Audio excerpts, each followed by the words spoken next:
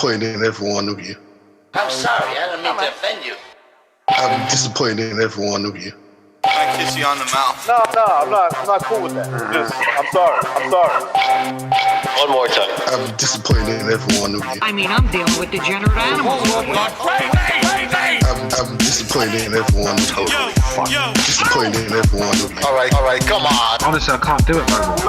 I'm disappointed in every one of you. Let me tell you why. It's gonna be all right, Nicky. Go ahead, shoot. You just killed a fucking man. What are you going to do about it? Yeah, because you got nothing. You don't got a thing. Yeah, because you got nothing. Lobito! Got nothing. I want to get out of this rat hole. I want to get online. I need BDA boxing.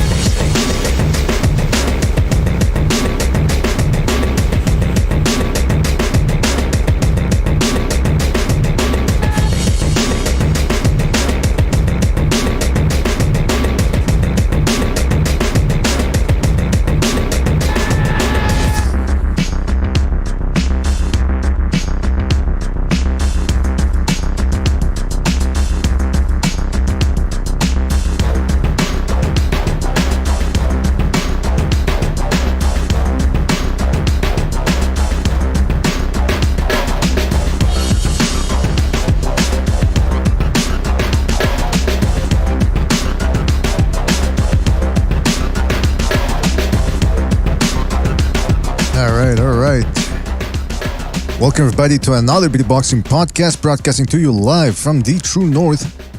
It's your good friend Mr. BDA, flying solo for the moment. I hope you guys are going to help me out with that, because it is an open panel Friday, open lines Friday episode, which means anybody can join. We're going to be sending the Discord invite. You guys know how it works, right? You just jump in there. We've got the link. We've got the voice channel on BDA, and you can join in. And we'll talk about tomorrow's big fight between Sean Porter and Terrence Crawford, taking place, being televised rather, via ESPN Plus. So, gonna be an interesting fight. Can Crawford live up to the hype that he's been receiving since he came out into the championship scene? We don't know. Sean Porter's never been decisively beaten, or well, actually he has. If you go back to the Kell Brook fight, in any event, it is an intriguing fight.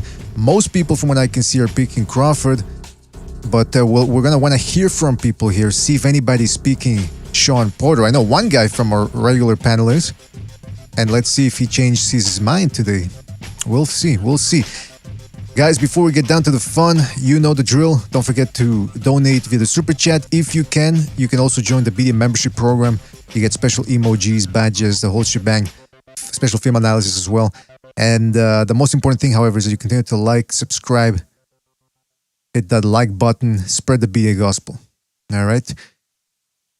And speaking of the gospel and all the followers of the gospel, shout out to Mr. E, Gold Sky Beats, Brian Harkin, Padja, Mr. E, Iceman, Triple JJJ, Patrick Morathi, Michael Poe. Who else we got here joining us? Let me see. TFM, Godline Ace the OG says, I can't bring myself to like such a clickbaity title video. I hope the discussion is better than the title. You're hoping against hope, my friend. Hoping against hope. Jose Flores says, TFM facts. And Rapax Trucking Company says, I just hit the road, Texas bound, just in time for the show. Thanks for making my drive entertaining. Well, I hope we can entertain you, Rapax. Hopefully we can entertain you and keep you interested there on the road. If not, all you can do is just, pop a couple of pills. That what you truckers do, and you'll be fine. Triple JJJ says, if you donate enough, BDA may let you star in one of his films. I don't think you want to star in you would certainly don't want to star in the film featuring Machine. When you see a guy leather clad coming out of a closet with a knife in his hand, might be your final appearance in any one of my films. By the way, there was a guy the other day in the chat named Dino Velvet. I guess that's a callback to the joke we were making about 8mm. And what's the name of the movie with Nicolas Cage? I think it is 8mm, right? In any event. This ain't the BDA film channel. Listen, we're going to, like I said, open lines Friday. I'm going to be joining the voice channel in a bit. And if you guys want to jump in, go ahead, make sure you do that. I got to tell you, one of the reasons why I'm not as hyped up for this fight, I've sort of already made up my mind that Crawford is going to win this. Now, I could be wrong because this is the year of the upset. We've had a lot of upsets in the past 11 months, and I don't know. I don't know if this one, maybe we're all missing something here with Sean Porter and Terrence Crawford. Maybe Terrence Crawford isn't as good as we expect him to be. So it's going to be very interesting watching tomorrow. There's also a good undercard. Solid, if unimpressive, but solid nonetheless. I'm a little bit biased because in the undercard, let me put it up for you fellas here so we can have a bit of a visual cue. All right, so we got Isaac Dogboy taking on Christopher El Pitufo Diaz, who always gives an entertaining scrap, and Dogboy at featherweight might be a little bit out of his depth considering he's so short. Then we got Jambalaya, Janibek, that's all I'm going to call him by the way, Janibek Jambalaya, taking on Hassan Ndam, who tends to give decent efforts as well himself. He's a competent boxer, although his balance sucks. He hits the canvas about 5 times a night. And then the one that I'm a little bit more biased for, or towards, Esquiva Falcao, 2012 Olympian who earned himself a silver medal in the 2012 Olympics, undefeated, 31-0, taking on Patrice Volny, as they say here in France and Montreal, Patrice Volny, who is a solid amateur himself. And they're fighting for the, oh my God, IBF middleweight title? Or whatever. Eliminator, whatever. I mean, it's an intriguing fight between two undefeated guys. Falcao is 31, so the clock is a-ticking for this fella. So it should be an interesting fight. Should be an interesting fight indeed. Let me just put the ticker here. Enough of me yapping away. Oh, you know what? While I put the ticker to let people know what type of show this is going to be, just, I want to say I was rooting for Sean Porter. That's what I said I was going to do. And then I started thinking about rewatching that clip we were playing of him abusing poor Andrew Berto with elbows, headbutts, nut shots, and the whole shebang. I said, you know what? Why am I really rooting for this guy? Terrence Crawford ain't all that better. I mean, at least he's not being all that dirty, but he does clown guys when he's beating them up. So I don't know. I think I'm going into this one neutral now. May the best man win. That's about it. Anyway, fellas, let me show you how this works. The Discord here. So what I'm going to be doing is, and I might leave at some point because I got some things to take care of, a couple of loose ends that I got to wrap in a bow. But hold on a second. All right, so you see the Discord here, right? You see there's already somebody there, Aaron T. Hold on, let me make this bigger so you can see. So if you go to your left, if you're on your phone, I think you swipe left and you should be able to see it. You see this says voice channels, and there's a speaker icon there. So if I click it, boom, I'm in. Let me just leave again. So that's all you got to do. All right, fellas. So if you want to join us, I will be putting the invite as well. You don't have to verify via email or anything like that. I think you just put your email on as a username, password, don't forget it, and boom, you're in. By the way, we are being a little bit more intolerant when it comes to comments and all that. So if you want to go in there and start screaming, yelling, writing the N-word with a bunch of exclamation points, and you want to start talking politics instead of talking boxing, which is what this server is about, we might not give you a second chance. It might just be one chance and then boom, you're out. There is a Second Renaissance Discord. You can talk about whatever you want in there, but not for the boxing. Please, please do me a favor, right? Pretty please with sugar on top. All right. Let me go in here, see what's going on here. All right. We already have somebody. Aaron, are you there? Yeah, I'm here. All right. Are you from England or have we talked before? I don't even remember. I think we've talked once or twice. I'm from Australia. Australia. Okay, don't take it personal. It's just sometimes I forget. You need to. You know what you need to do. You need to give yourself. You need to give yourself a memorable avatar. That's what you need to do. Something that's really gonna catch my eye. Right now, I can't really see what you got there. I think you got a fighter or something. Yeah, it's Winky. It's Winky. Oh, Wink, you're right. One of my favorites. I mean, he wasn't one of my favorites when he was fighting. He tended to be a little bit repetitive with his fights, but nevertheless, good fighter. Very good fighter indeed. So, all right, Aaron, I don't think I got your prediction. You want to give us your breakdown a little bit of the Crawford-Porter fight?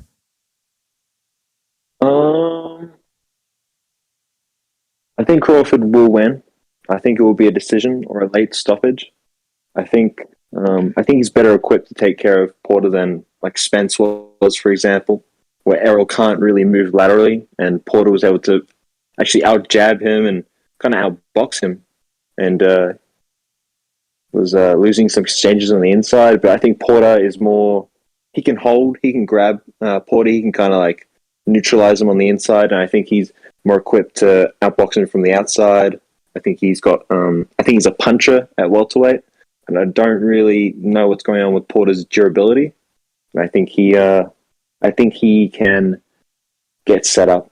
I think Crawford can set some traps and catch him coming in.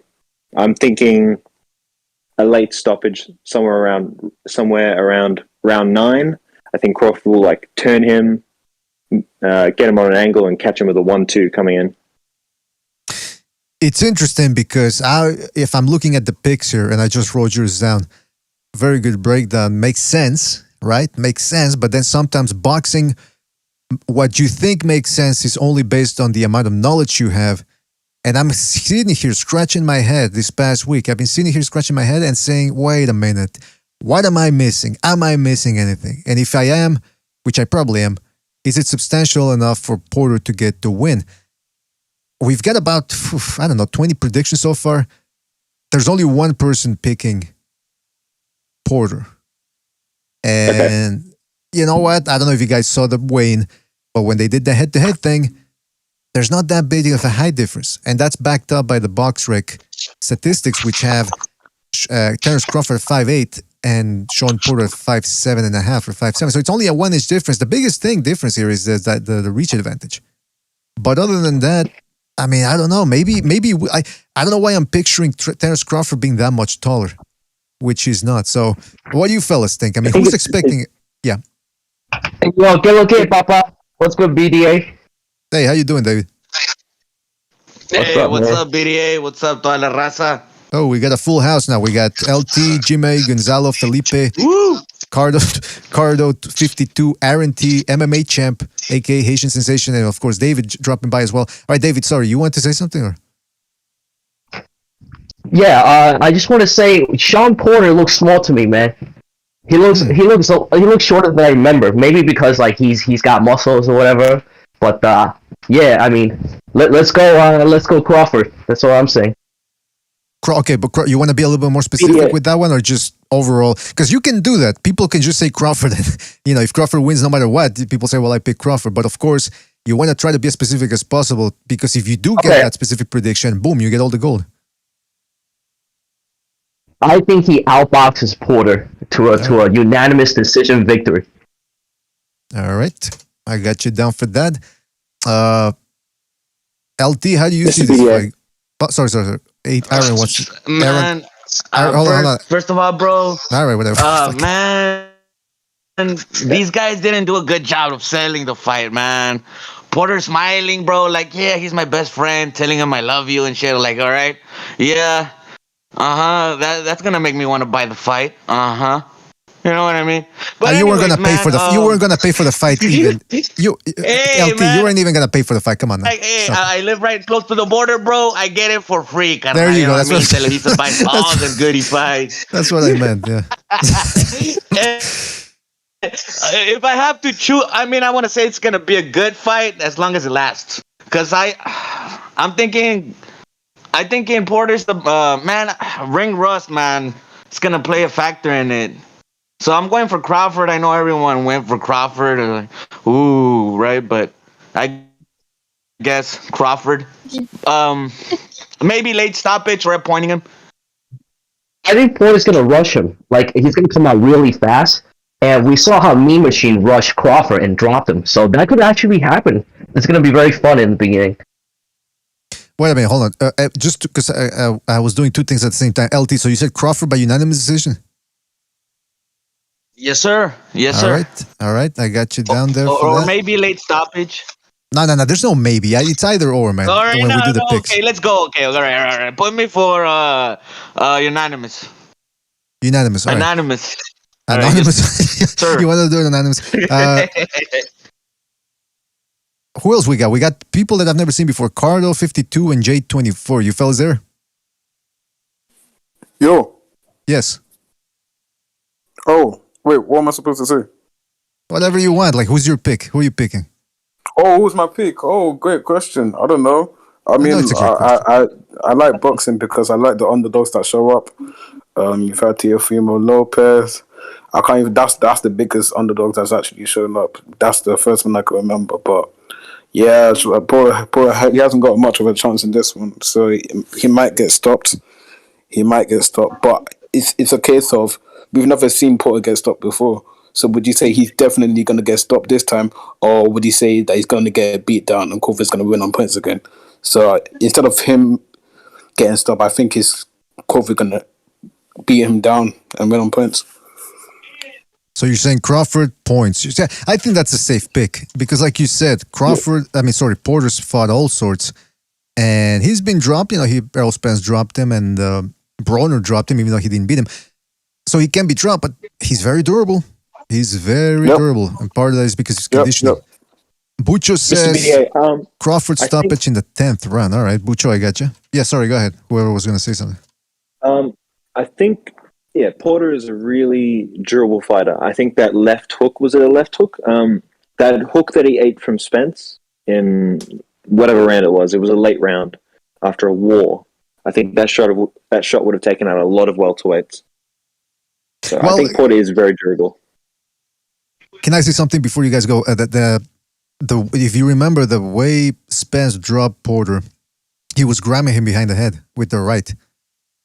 And he let him go at just the right time, just when he had him in place to land that left, and that's how he landed. So there was a bit of trickery there from Spence. But hey, listen, Sean Porter's no angel when it comes to the rough stuff. So I guess what goes around comes around. All right, listen, fellas, we've got a lot of people here.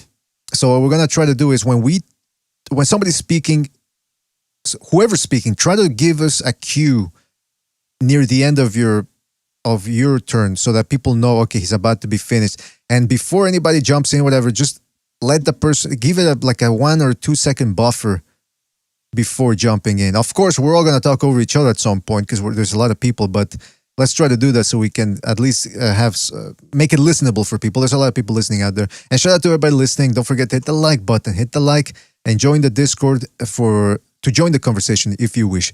All right, so who wants to go ahead? Anybody? And what are your points of view on the weigh-in? And not a lot of people like to watch the weigh-in before they make it an analysis or even a prediction about who's going to win. So anybody want to jump in on that? Did anybody look a little gaunt, a little dehydrated? Who looked better? That looks fine. They looked fine. Yeah, those look fine to me. Yeah. Well, I'm trying to find photographs of that. Yeah. I think Porter's grown into that. You know what I mean? Like he's moving up in weight, so it was going to be a while, if ever, he struggled at 147, which I believe obviously is his limit. Mm-hmm. I don't think he should go any heavier, but so I don't think that was an issue. Crawford and Porter's been doing it forever, and I think Porter you have an image of Porter smaller. You just automatically think he's smaller because he fights small. You know what I mean? In his package, the way he comes in all crabbed up, charging and stuff. Mm-hmm. That's a good point, Jimmy, because Crawford has a very long reach and he can fight long, whereas Porter doesn't really use doesn't really fight rangy, doesn't really fight from the outside. He has moments where he can box and look good from the outside, but he's very much someone who prefers the inside. The interesting thing about the weigh-in is I already saw some people in the chat saying, in the Discord, they were saying, oh man, Terrence Crawford turned away. Sean Porter turned away first. I go, I don't think he's not the type of guy that's going to give anything away. Like, he doesn't mind, giving anything away during an outside the ring confrontation. He does his talking with his fists in the ring. I know it's cliched, but he's the quintessential guy who will speak in the ring with his fists. Doesn't really care about drawing and all that. So whether he turned away first or last, whatever, I don't think it makes that much of a difference. But I did think he looked a little bit dry in there. His skin was sticking to his bones a little bit, to his cheekbones. So I think if anybody made the weight with a little bit more comfort, if we're just looking at it from that perspective, from a visual perspective, I thought maybe Porter looked like his days at welterweight are being numbered. And like Jimmy said, it's not like remember BDA? Yeah.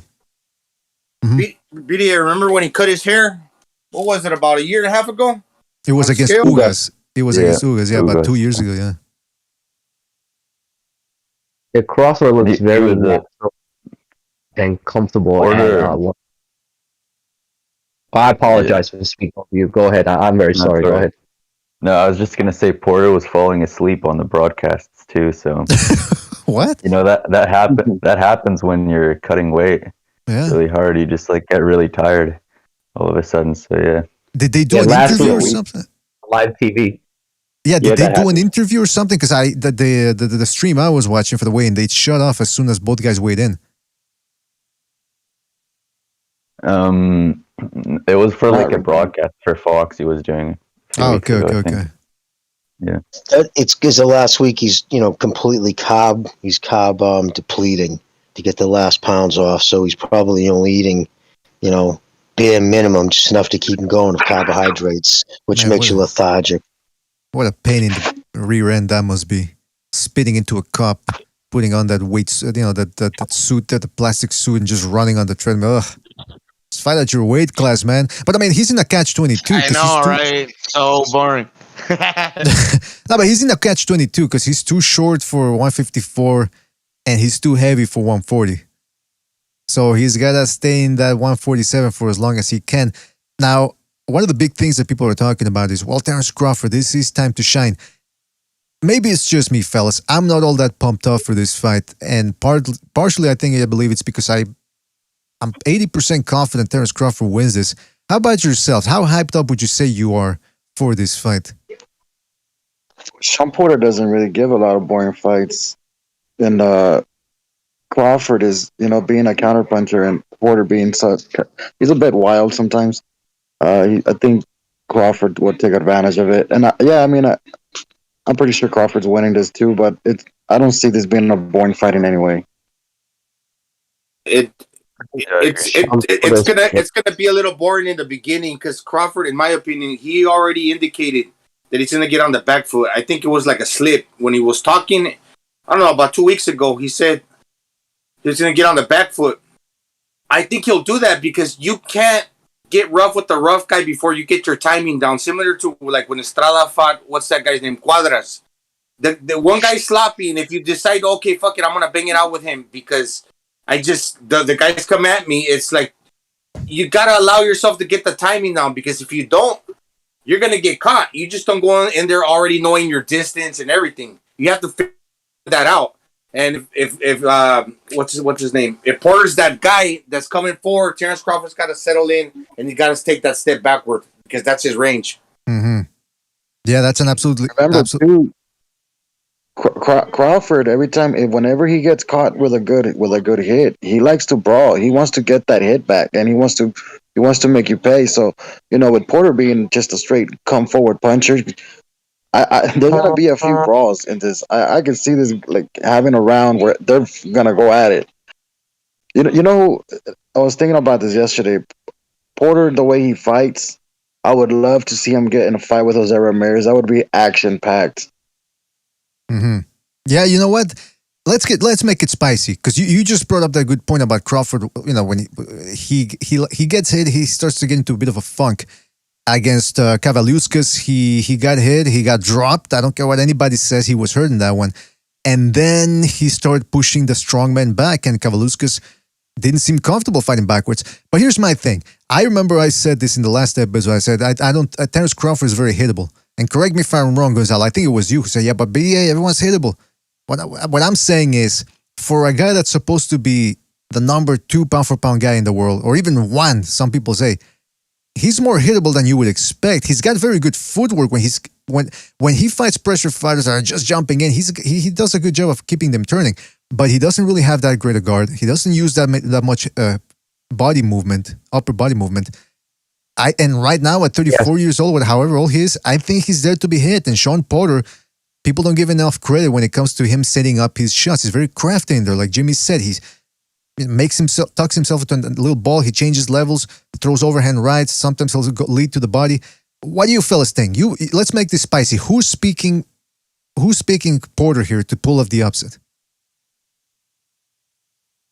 Hey BDA, I just want to say, is it me or is it everybody else? Is BDA's phone cracking to you guys? Or is it just his mic's bugging. All right. Yeah, it's cracking a lot, dude. Just wanted to let you know, bro. All right, thank you for telling me. I'm gonna change it up over here. But yes, go ahead. No, but it will make it interesting, though. It's definitely going to make it where Porter is winning rounds, and he's going to have to get his get back, but he's going to figure it out. You just also got to understand. I'm just saying that, like, I don't know why, but you also got to think that the guy don't got that much power to really trouble Porter to the point where he's going to get bamboozled and he's not going to be able to get his wherewithal. He's going to get it together whether he gets rocked or not. And when he does, he's going to zero in on Porter like he did against Skavaliuskas, I believe. I have some question if Crawford could fight on the inside. Do you guys think he's good on the inside though? It's a little questionable to me. I don't think he's like necessarily a skillful inside fighter, but he's very gritty, and I think he can like buckle down. He's a dog. I don't think he's got like tremendous inside fighting skills, but he can do well there. I credit him as ring IQ. That's my thing. I think Crawford's ring IQ is much higher than Porter's. I think this fight, Crawford has to dig in deep because he has to knock out Sean Porter and make a statement to be the A side in any undisputed future fight.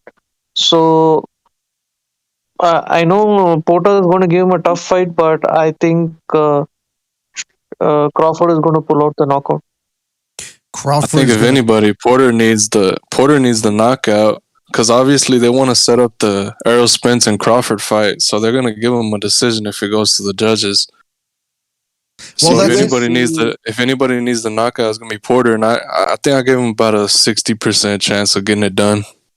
I think he can get it done. Crawford will never be the A side.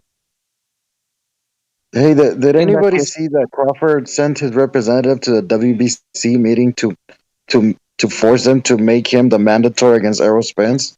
No kidding. I saw that. That's very common. Everybody does that. Everybody sends their agent or sends them like that's part of your job as an agent or manager or promoter is to get on the fucking sanctioning bodies and plead your case. Say this is why my fighter deserves to be here, and you know what I mean. It's common. Yeah, that's what Martin and Ortiz agents are doing with IBF.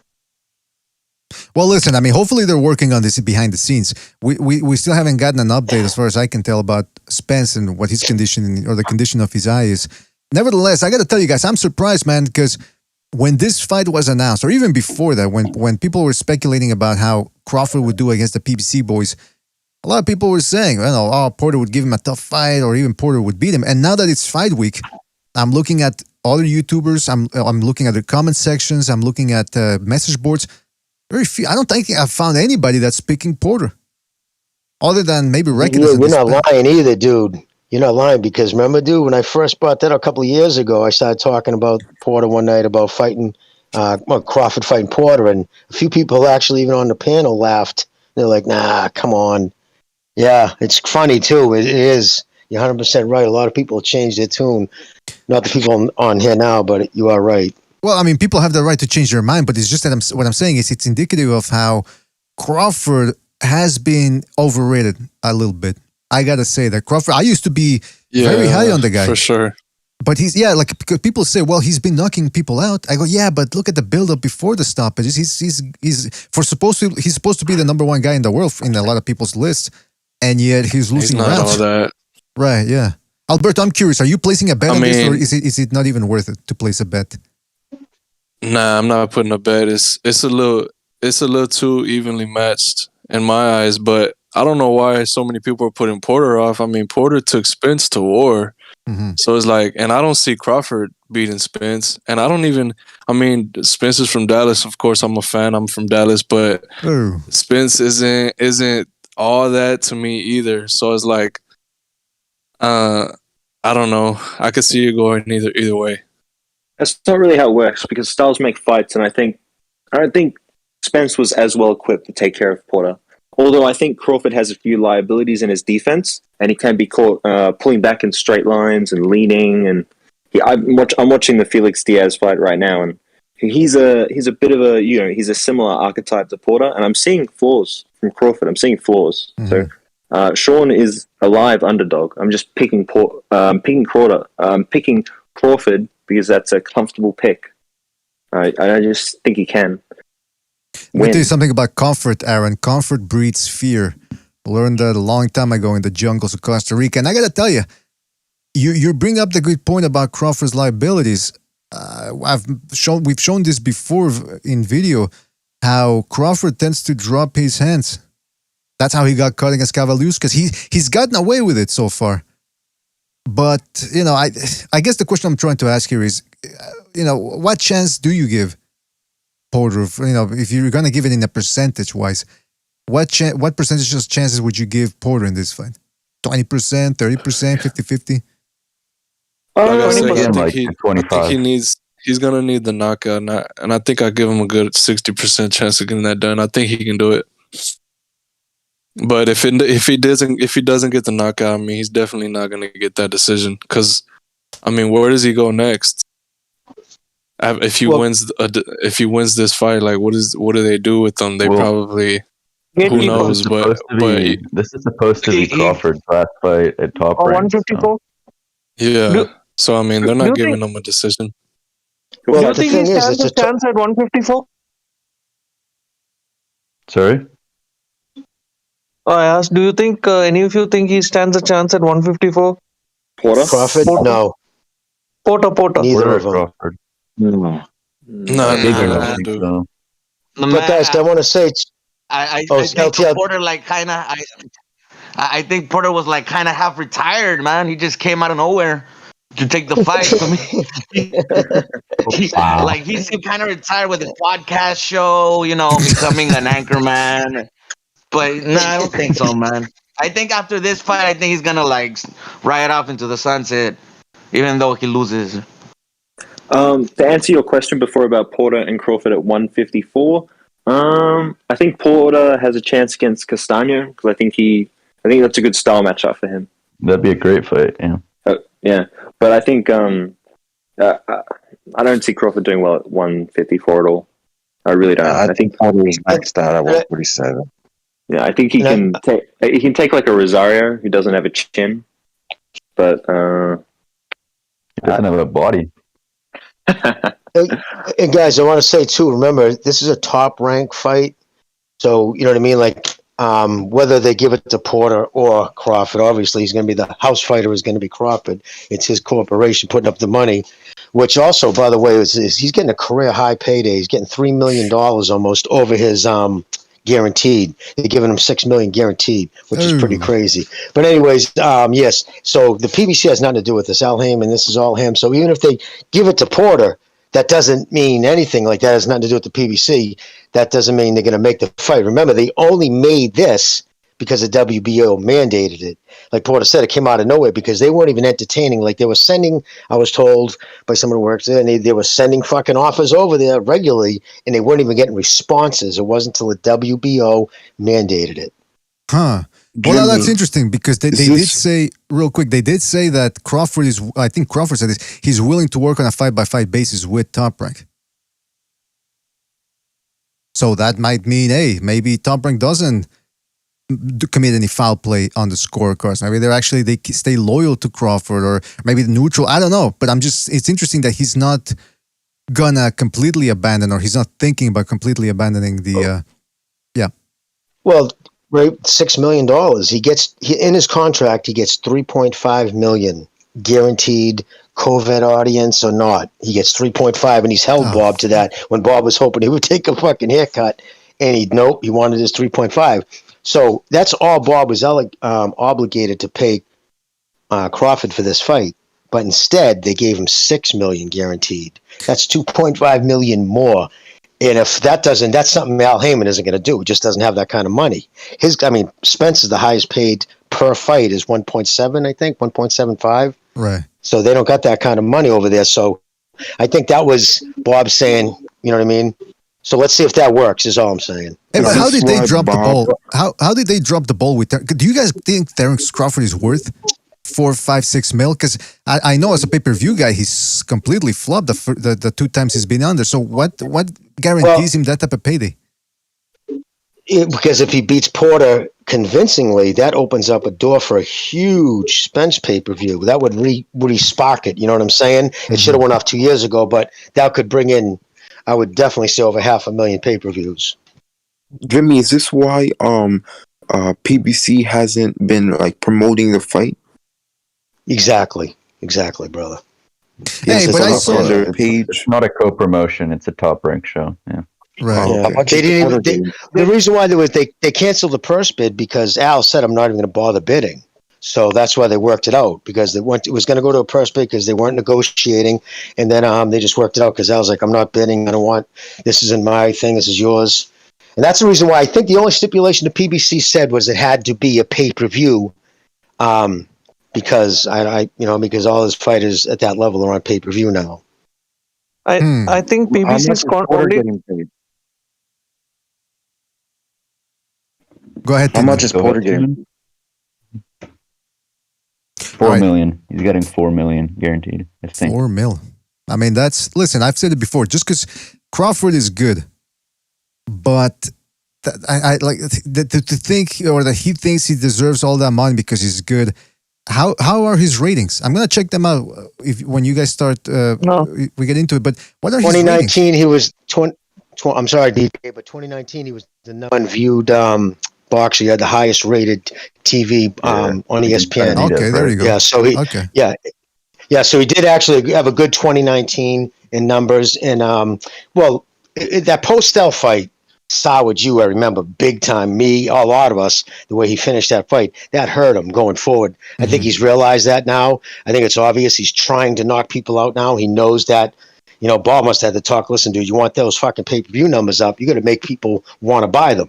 So, so that's, and I believe he has Porter's 4 million, which is double his highest payday.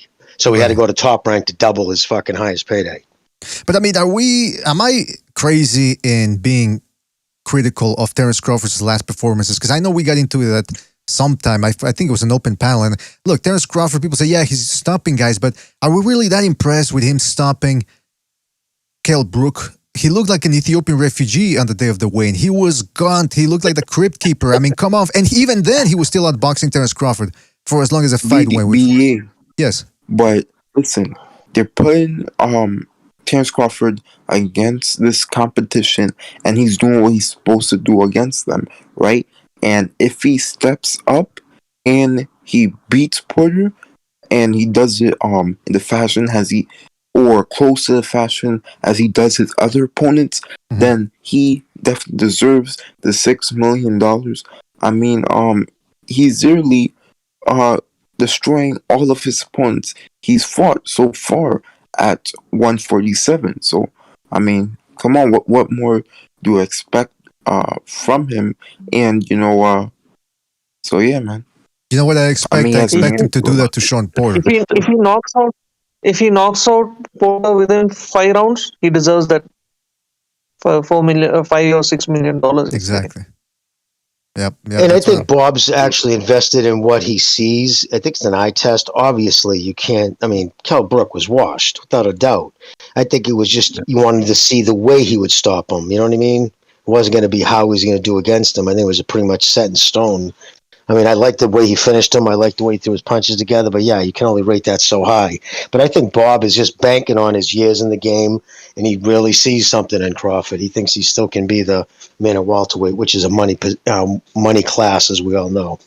Oh, what are you trying to say here? Money class. I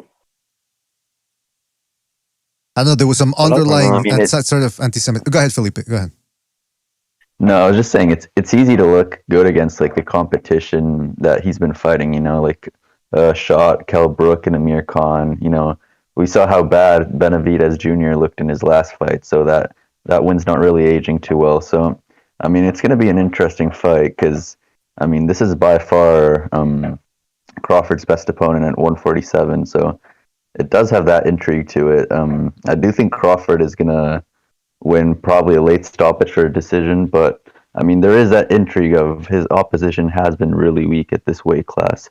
So I think Porter's going to come to fight, and I think it'll be a fun fight while it lasts.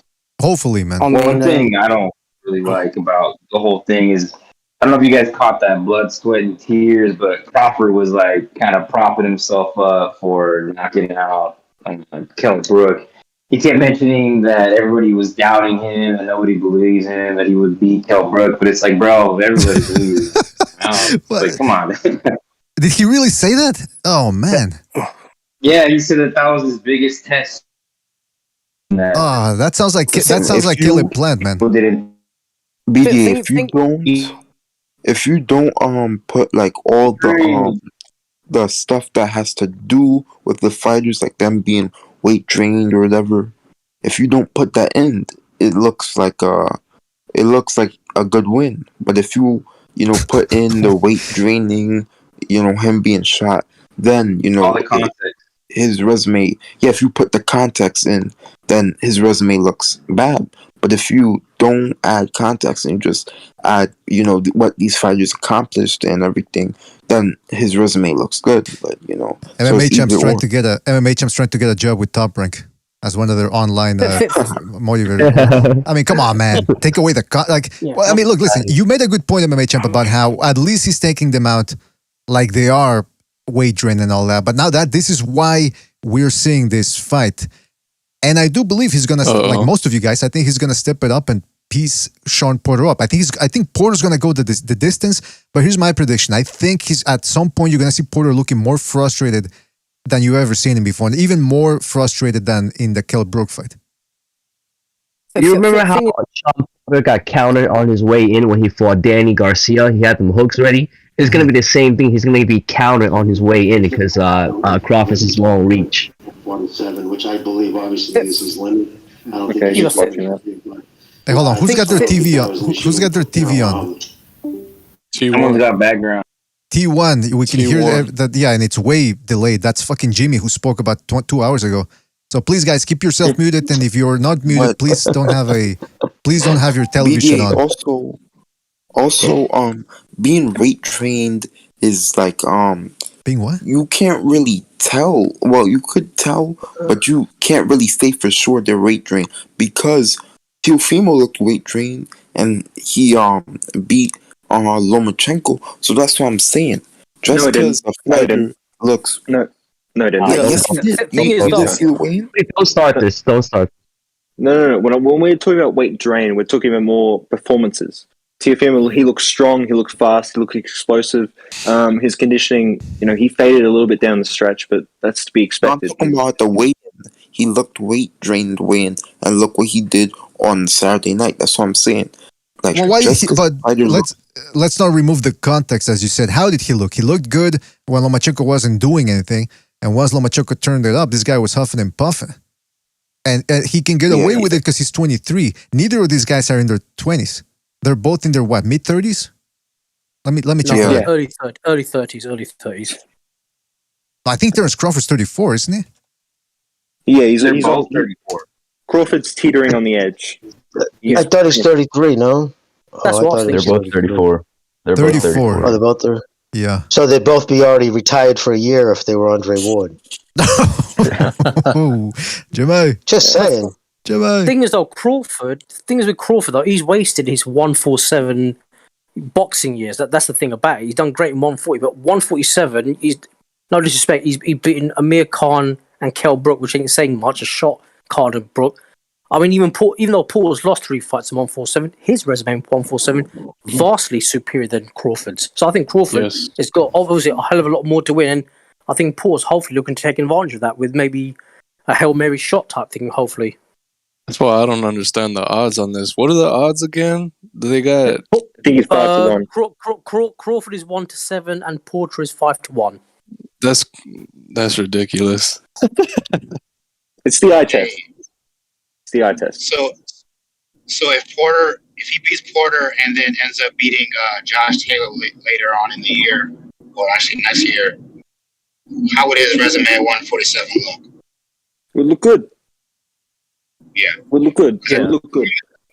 Him and Josh Taylor they met at the gym the other day, so it looks like they might set that up later. I mean, So we'll see. Josh Taylor actually looked a lot bigger than Crawford. I thought they were about the same size, but he looked like Yeah, I was he just looked a about to lot say bigger. Josh Taylor looked huge. How does he make 140? I don't know. Well, the things like if you look at Josh Taylor's resume, no disrespect, his last 5 opponents were they're like 131 wins and 1 loss or something like that. So he has been fighting chump change, whereas Crawford's been fighting Poppadom chin and easy eye sockets. Kell Brook. The thing with Crawford's resume, Josh Taylor's the real deal. The thing with Crawford's resume is, I don't really care about belts. I just look at the individual opponents and how they actually performed against you. And I think Gamboa is by far his best win, still, to date. Nah, it's Postal, definitely. And how long ago was that? So many years ago. Exactly. His best win is definitely Postal. Definitely Postal. What are you talking about? Gamboa was undefeated at the time. It's either Postal unified. Postal was a I think unified champ or a champ. Remember, I don't care. Remember, I don't care about belts. I'm just looking at the opponents and how they performed, like how they actually fought you. And I think Gamboa is by far his best win to date because he actually. If you look at Postal's resume, we can't just go off how they perform in the ring. I'm talking about if you look at Postal's resume and you look at his accomplishment at that time. I mean, he is by far Crawford's best win right now. Like, Okay, come on. I mean that's valid. That's valid. I'm just looking at the fighters. Okay, I understand. But your opinion is valid. Crawford's 147 career has just been a complete toilet, basically. Yeah, but he's been avoided by everybody also. Hey, let's get down to brass tacks. Fellas, let's get down to brass tacks. Would it be, up until now, would it be fair to call Terrence Crawford a hype job? No. Absolutely not. No. The people I got a question though. very good. 147. Do you guys believe that this fight is going to be like the swan song for this current generation of welterweights? Interesting question. Who wants to take that one? You see the guy on my Avi? That's the guy who's going to take over 147. Well, I mean, that's a great question because, like we said, they're both 34. Keith Thurman is a little younger, but I think he's all crippled up now. He's like fucking, he's in a wheelchair, I think, and all that. I mean, I'm obviously being facetious, but you just never know with this guy, with all that Himalayan salt playing the flute. You know, if you're always sitting in that position. Semi-retired, exactly. He should become a boxing coach or an analyst. I don't think he has a future in boxing. I mean, actual boxing. He should become an analyst he speaks very well. I mean, you know what's dangerous about Keith Thurman when he comes back, it will be 3 years to return to the ray. And Danny Garcia hasn't amounted to shit in the welterweight, so he's going moving up to super welterweight. I think if Crawford beats Porter on Saturday night, I think he should. I don't think the Spencer fight is going to happen, so I think he should try to go for the Ugas fight, see if that works out, and become unified. Because I don't think that the Undisputed is going to happen with Spence, so I think try to become unified. I think it also depends on who. Yeah, but it also depends on how the winner wins. Because if it's by the skin of their teeth, that's not doing nobody favors either. But all these fighters we're talking about. Go ahead, Jimmy. All the fighters we're talking about are with the PBC. You got Spence. Mm-hmm. Remember, the reason why his resume is thin is because nobody over there would fight him. And it's not they wouldn't fight him personally. Just Al Hammond doesn't make outhouse fights unless it's forced, mandated, or there's big money fucking pay-per-view fights. Yeah, exactly.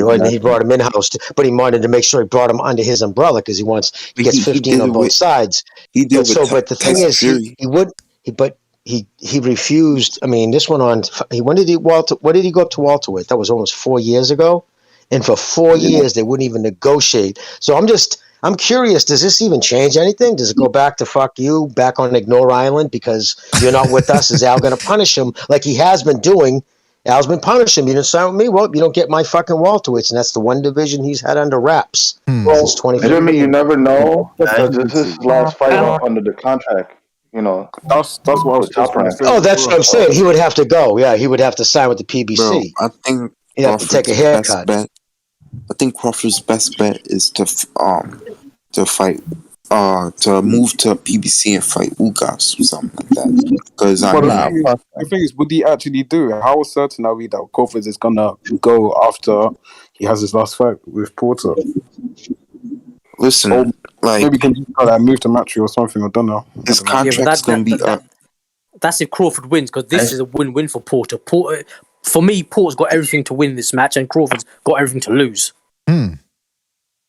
I agree, man. Yeah. If he loses, because think about it, if he loses, everyone's going to go, oh, see, as soon as he stepped up against one of the top welterweights of the era, and it's the guy that lost to the other top welterweights, or to most of them, you're going to say Crawford was a piece of crap, a bag of trash. But they're going to say that if he struggles with Porter too, they're going to say, Crawford's hype drop if he struggles with Porter, but nobody's going to say how Spence struggled with Porter too. I mean, let's not overlook Porter. Because I know Porter, though. Yeah, I know, but let's not overlook Porter, because I know a lot of people are overlooking Porter and they're saying, "Oh, Crawford's going to destroy him." But no, that's a mistake. No, but at the end of the day, bro, Porter is a great fighter, and he always brings a great fight. Will Crawford be able to take Porter's aggressiveness and his front foot style, and bombarding him with punches? If Porter had a knockout punch, I would say he's got a chance of knocking out. That's the only thing. If Porter had that power, then I'd say Crawford would be before, because all it takes is one hit from the 12 rounds to knock him out. That's the only problem. I wish Porter had more power. Well, that's people say that. Sounds like you're rooting for Porter. Oh, I'm sorry. Sounds like you're rooting for Porter. Yeah. I don't give a I'm being honest. Yeah, I don't think he's gonna win, but I really, my head says Crawford, but my heart says Porter. That's the thing. Yeah, that's the same thing with me. Like, these are the people that you just want to win because they're good guys and they don't really feel anything bad about them. Guys, I think. Hold on. This is my thing. I think it's best for boxing if Crawford wins, because that puts pressure on Spence to make that damn fight. Very good point. Yeah, that's true. Huh? Yeah. Well, I don't judge fights by personality. I judge them by skill sets. But I know he's a likable guy, but that's not going to mean anything tomorrow. Right. But who do you root for? You don't root based on skill and talent. You root based on character, right? Or I mean, yeah. I mean, it's nice and all to get invested that way. It kind of like professional wrestling. You like to root for the good guy versus the bad guy, or the other way around. But for me, the skill test is like it's going to be more heavily upon Porter, because we got to see what else he has. Because the thing with me is with Sean Porter is like, yeah, he has cleaned up his boxing a bit, but like he still does the same thing. He falls into habits of just smothering his own work and being off the mark. Like he just shoots his punches, past the target. I'm like, he's got aggression, man. But I'm gonna be looking forward to Crawford trying to exploit that aggression and try to hit him with something he ain't gonna see, bro. Because that's probably what's gonna happen to Porter. Listen, is it fair to say the reason Spence and Crawford's not happening is because of the money aspect, correct? Yes. Yeah. That, and I think personally, they're too. I think they're too entitled, for that, to be talking about money when they haven't really exactly built a profile, for each other, to really. But the thing is, though, set up a big fight. if I was Spence, I'd use my head. So I would go for Ugas, because if I beat Ugas, then I've got 3 belts, and then you can really put the pressure on Terrence to say, take this crappy percentage of money I'm going to take, because that's the most you're going to get, because you got 1 belt, and I got 3. So do you get where I'm coming from? I would have thought we'd better. That's what they try to do. They try to leverage, the negotiations with, I got 3 belts over 1. I have the bigger pay-per-view numbers, even though they're kind of inflated thanks to Mike Coppinger, as I call him. But we're gonna find out in the negotiating table. Bob knows exactly how the pay-per-view numbers, and they're not gonna like what they're gonna hear, man. But for me, it's still like a 50 to 45 to 55 fight. Yeah, Bob Byron said he's expecting. Big problem in your assertion. You got one big problem in your assertion is Ugas has got to fight Imantas Stanionis, and Stanionis is going to destroy him. He's gonna destroy the old Cuban. And then you gotta. Is that why he's refusing this mandatory challenge? He just want to wait around for Spence. Essentially, he wants the payday, and he wants the other titles. He doesn't want to defend against the mandatory. You don't want no smoke with that Lithuanian. Before you continue, before you guys continue, shout out to Chris K for his contribution with the super chat. Says Porter couldn't hurt that German nobody. Oh, Chris, don't call that guy a nobody. He looked like the classical Aryan archetype. You got to give him credit for that at least. Good genetics. He didn't serve him for shit in the boxing match, but like a Nazi propaganda poster. Guys, hello. What? Who's saying hello? Porter's never been known as a knockout artist, so that's nothing new. Well, okay, I'm gonna have to step off, so I'm gonna have to. Who keeps saying hello? T1, you're on the air. T1, come on, man. Yeah, I just wanted to say that I think Porter can have a lot of success Saturday night because Terrence jumps in as he's coming in and attacking, comes up with his chin in the air. And I think Porter can land a lot of good left hooks if he does that. Has Terrence been knocked down before? Well, me machine dropped and it didn't count. Yeah, he's been dropped. He hasn't officially been knocked down, but he's been dropped. I think. Okay, here's my question to you guys. That's why he could have fought Pacquiao. I think Pacquiao would have destroyed him. Yeah, I agree with that. But that's the thing. Do you guys agree that maybe Porter, like 3-1 said, can catch him jumping in, but once he makes his way inside, is Crawford just gonna clinch him and wait for the ref to separate them, or? Do you know what? That's what Sean's got to be a term. There's going to be a Sean's got to do the rough house tactics to the body. Hold on, one at a time. J24, go ahead. Yeah, sorry. I think there's going to be a time where Crawford's game plan may not work and he would just start switching it again. We saw this when he was fighting Kell Brook. At the start, most of the time he was fighting orthodox when it wasn't going his way. Now he started switching and he got Kell Brook out of there. I mean, Kell Brook didn't have a chance of withstanding Crawford switching. That's what happened. And I think that's going to be the same thing again. Here's the problem, sir. Here's the problem. Guys, when we're not talking, mute your mics. It makes it easier for the audience. All right, guys? Thanks. Here's the problem, Jim. Porter, it's just a terrible matchup for Porter. What Porter likes to do, he likes to go in there and outwork guys. High paced, high volume. The problem is Crawford has amazing gas tank. He's not going to slow down. He gets better as the fight goes on. He's got naturally more power, knockout power. It's just the nightmare matchup for Porter. Crawford's going to knock him out. Oh. Yeah, I think Crawford on the inside. Early. Yeah, it's early. Yeah, his best chance is early. I think this is the thing with Crawford. He is better equipped. He is better equipped to take care of Porter than Spence was, because Spence invites exchanges on the inside. He invites, like fighting on the inside. Whereas Crawford, I've watched his fights with Horn and Diaz. He just grabs you. He just gets underhooks and he'll hold on to you, and he'll just ram your liver. He'll ram your sides when he's holding you. Like he's gonna wear him down. I don't think Porter wins. Well, that seems to be the story of this. Kevin, please mute your please mute your mic if you're not gonna talk, because I hear people. I can hear you watching Cops in the background. I think you're watching Cops. So please mute your mic, man. Watching Redneck Mystery. What are you talking about? Well, okay, same stuff, man. Jeez, Louise. All right, listen. Do you think if Porter wins, is this the upset of the year if Porter wins?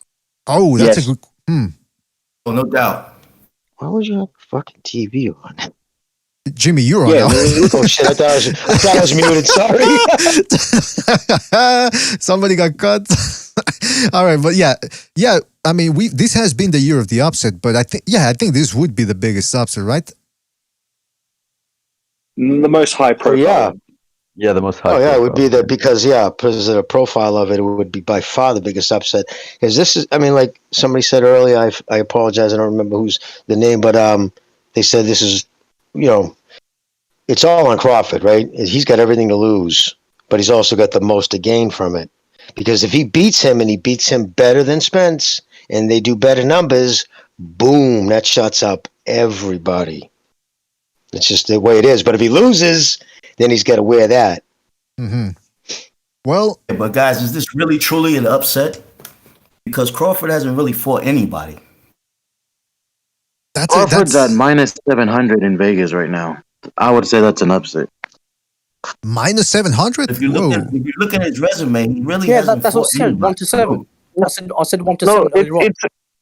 it's an upset for people calling him the pound for pound number one. I mean, that's a joke. I don't know why they're calling that.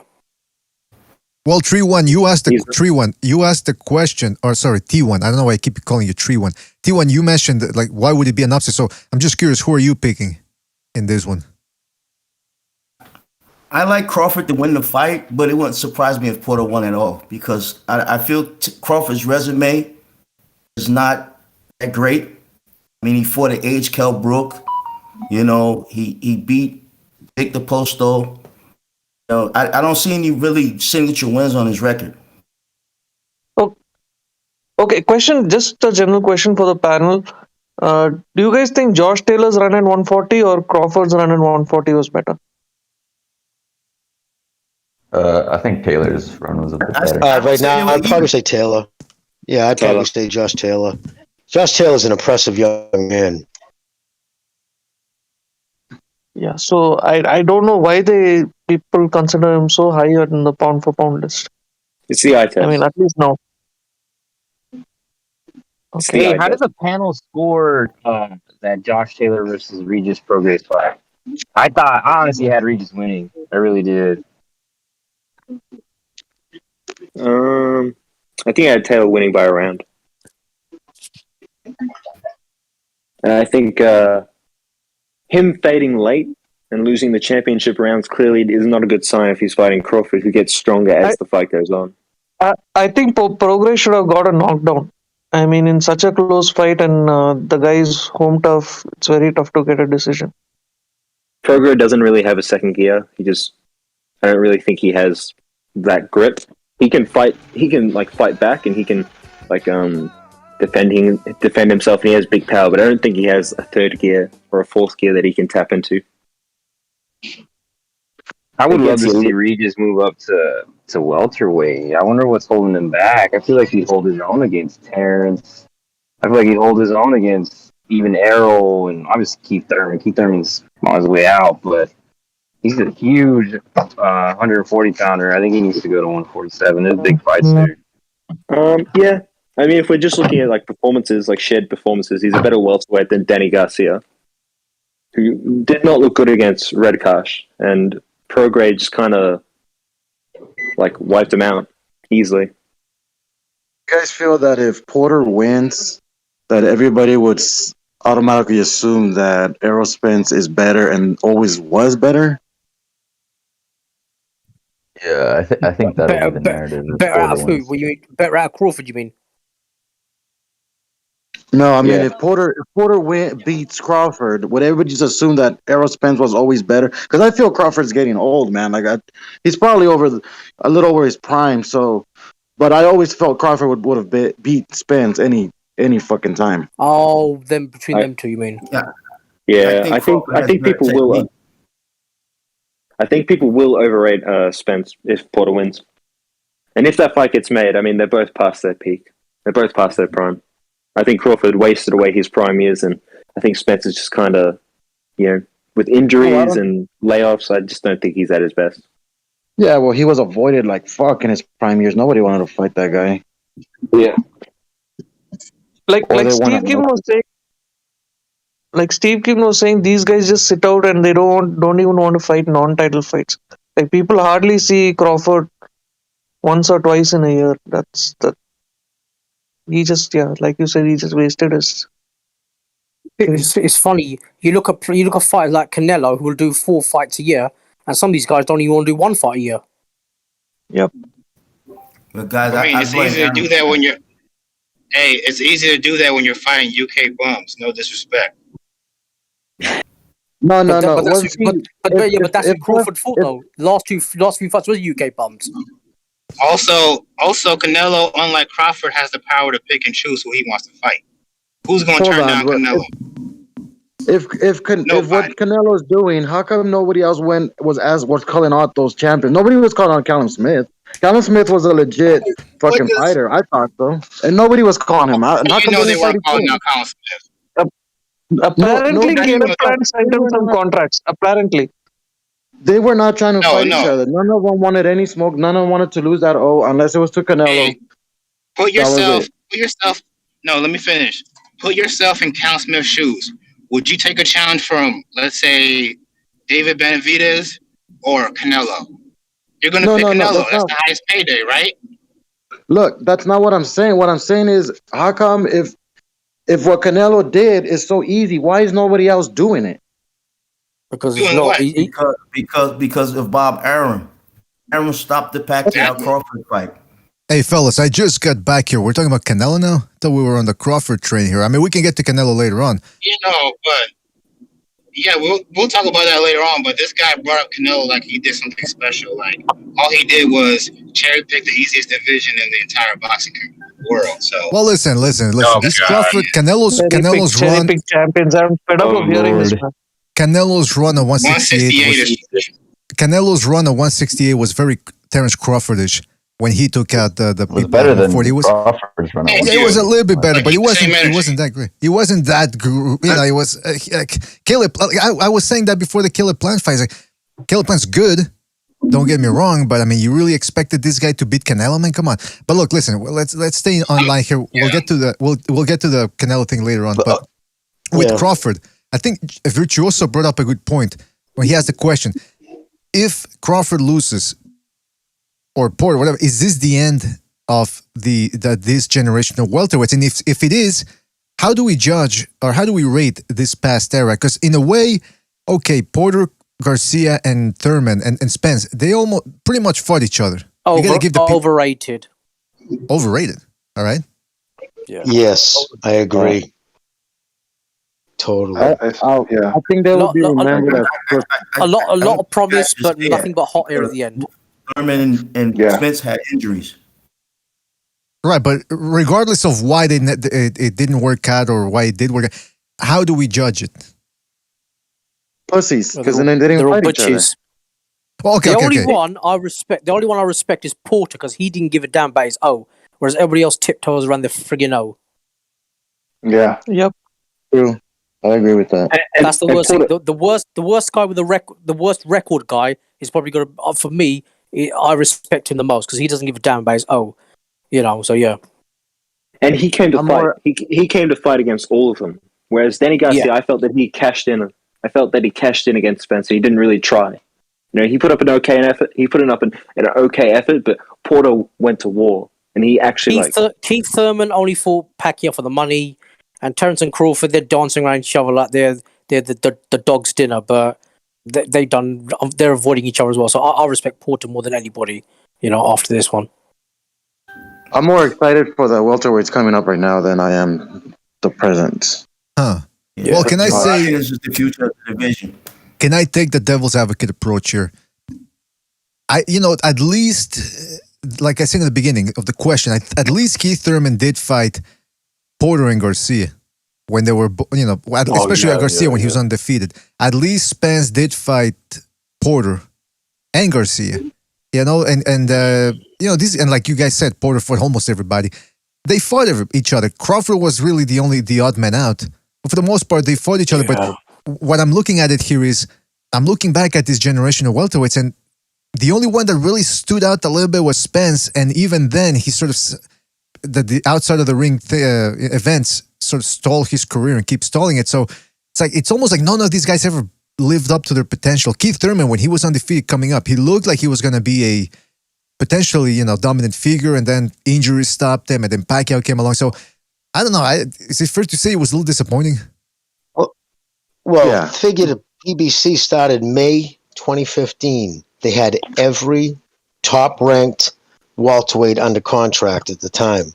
It took them over 2 years before they matched their first two top welterweights. And because of inactivity, Thurman Spence was a boring, sloppy boo fest. Thurman Spence? I agree. Thurman Spence? Yes. No. Thurman, I'm sorry. Thurman Garcia. Oh, okay. Yeah, that was a bit. They were booing in 5 or 6. Yeah, out of the 12 rounds, the crowd at Barclays was booing like hard. Remember? Yeah, that's true. Also, Yeah, we can't pretend, we can't act like Thurman did not try to duck Spence during that time frame. He wanted no parts of him. Thurman was ducking everybody, man, when he was the champion. Yeah, but for whatever reason, when Spence was brought up, he pretended like he didn't exist.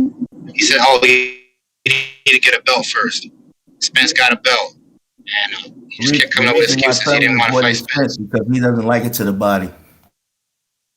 Exactly. Well, he said the same thing about the best welterweight, I think, at the PBC right now, Boots Ennis. He said the same thing about him. Oh, who's he? Like, shut the fuck up. If you really have to ask who Boots Ennis is, you're already retired. You're done. You know what I mean? That was an insult. If I was Boots, I'd want to knock him out just for saying that shit.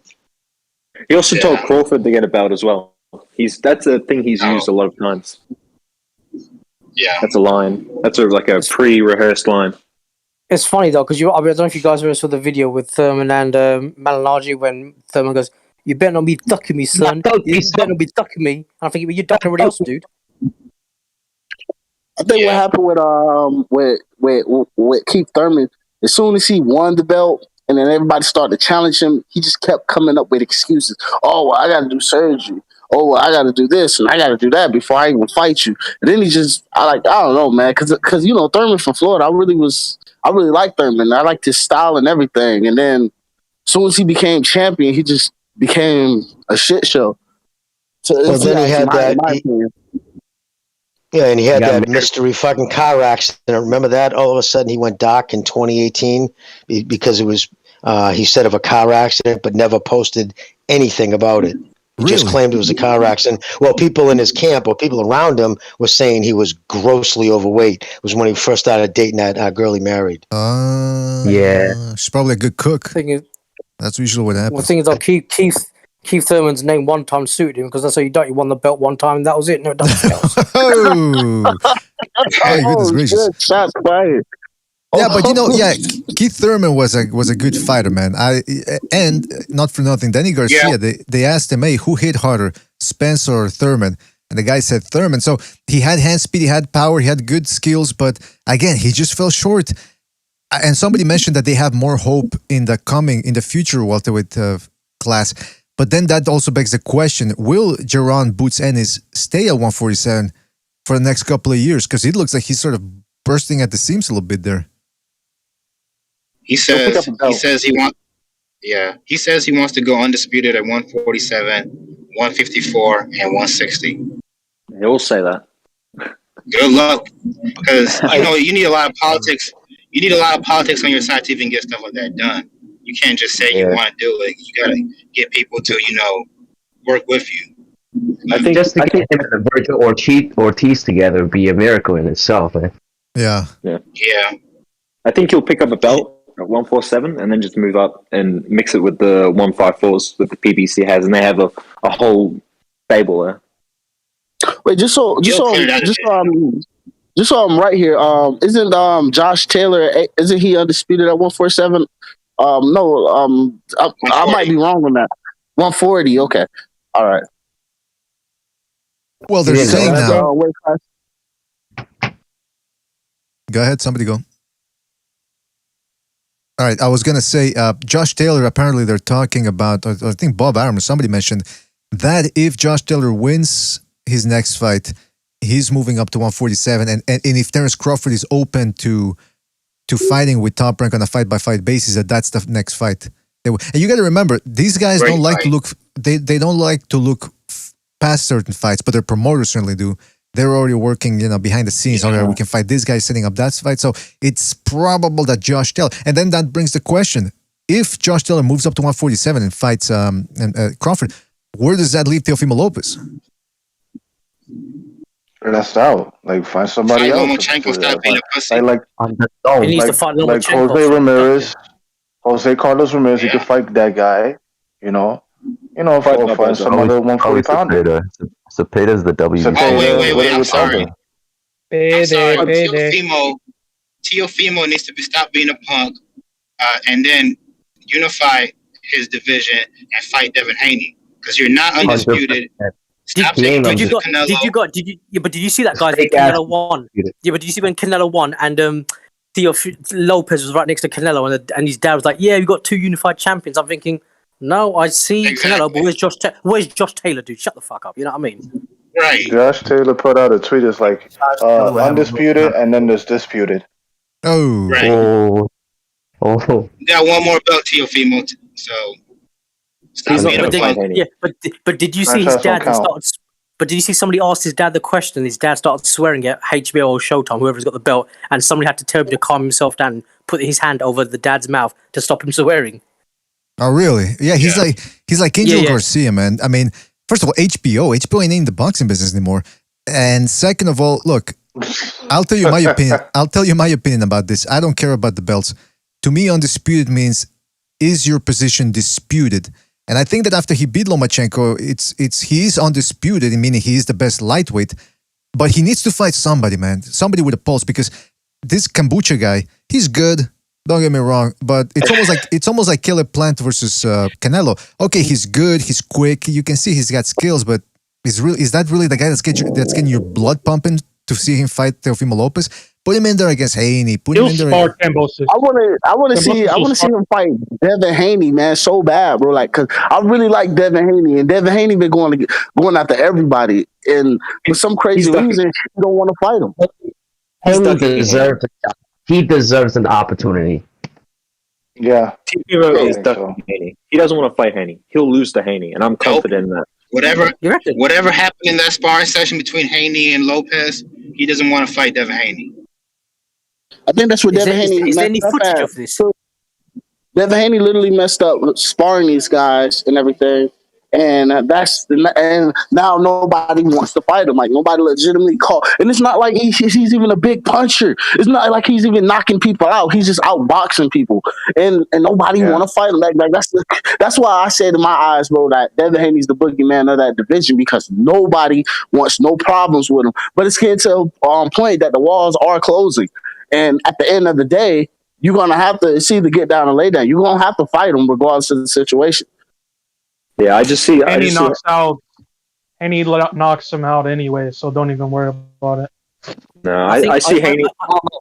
I can see the 135 division ending up like this current 147 division if it doesn't sort itself out. Oh, no. Yeah, just a bunch of divas. Oh, no, it's terrible. I see Haney just moving laterally, just pot shotting, just sticking with the jab, boxing behind his 1-2. Like, I just see him outpointing Teofimo and kind of winning wide. And I don't think Lopez wants that, ruining his hype. He wants to fight the Cambosos of the world. And look, I'm Australian, but George is getting knocked the fuck out. Like, that's not like a close fight.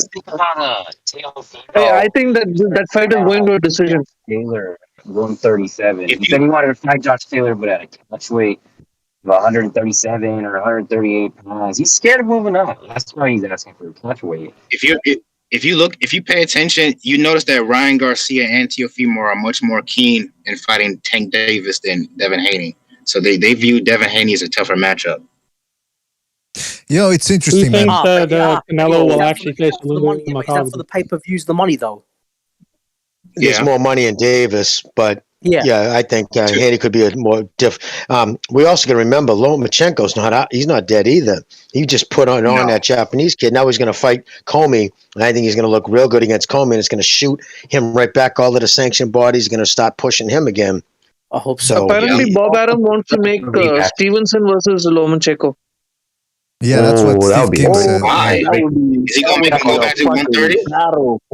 That could happen at 135 for a vacant WBO if Teofimo moves up. I got a question. Why is Bob trying to protect Valdez? That's the only fight that should be happening at 130. The Mexican market is too big, Bob. Yeah, Valdez versus Navarrete is happening. It pays to have a Mexican stock. They just trying to make more money off Oscar Valdez, man. They don't want no problems with Stevenson, man. Stevenson is a freaking animal, bro. And it's going to be an excuse on why they can't fight. Hey, but I'm not mad at it. I'm not Stevenson mad don't at care it if because he he got passed or failed drug tests. He don't care. He just wants all the smoke, man. It's that, yeah, he bro. I got. don't know who just I said would that. Like the love to whole boxing see. community nowadays are all divas. Like everybody's a fucking diva except a handful. Like nobody wants smoke with nobody now. It's all about Is just a money situation. And it's just the person. Navarrete Mexican? Because I think Bob is just trying to tap into the Mexican market. He's Yeah, he's Guatemalan. just trying to tap into the. I Trying to wouldn't tap. be mad if they make that fight. If they make that Valdez Navarrete fight, I would love to see Shakur get it. But I mean, that's a bar burner. Valdez versus Navarrete is a big. That's a great fight. I think just Bob's want- just trying to milk Valdez. He's trying to get as much money as possible from him. But I just wanted to say the Mexican American market is the largest. It's surpassed as far as ethnic group. It's surpassed white now. Supposedly, it's now the number one.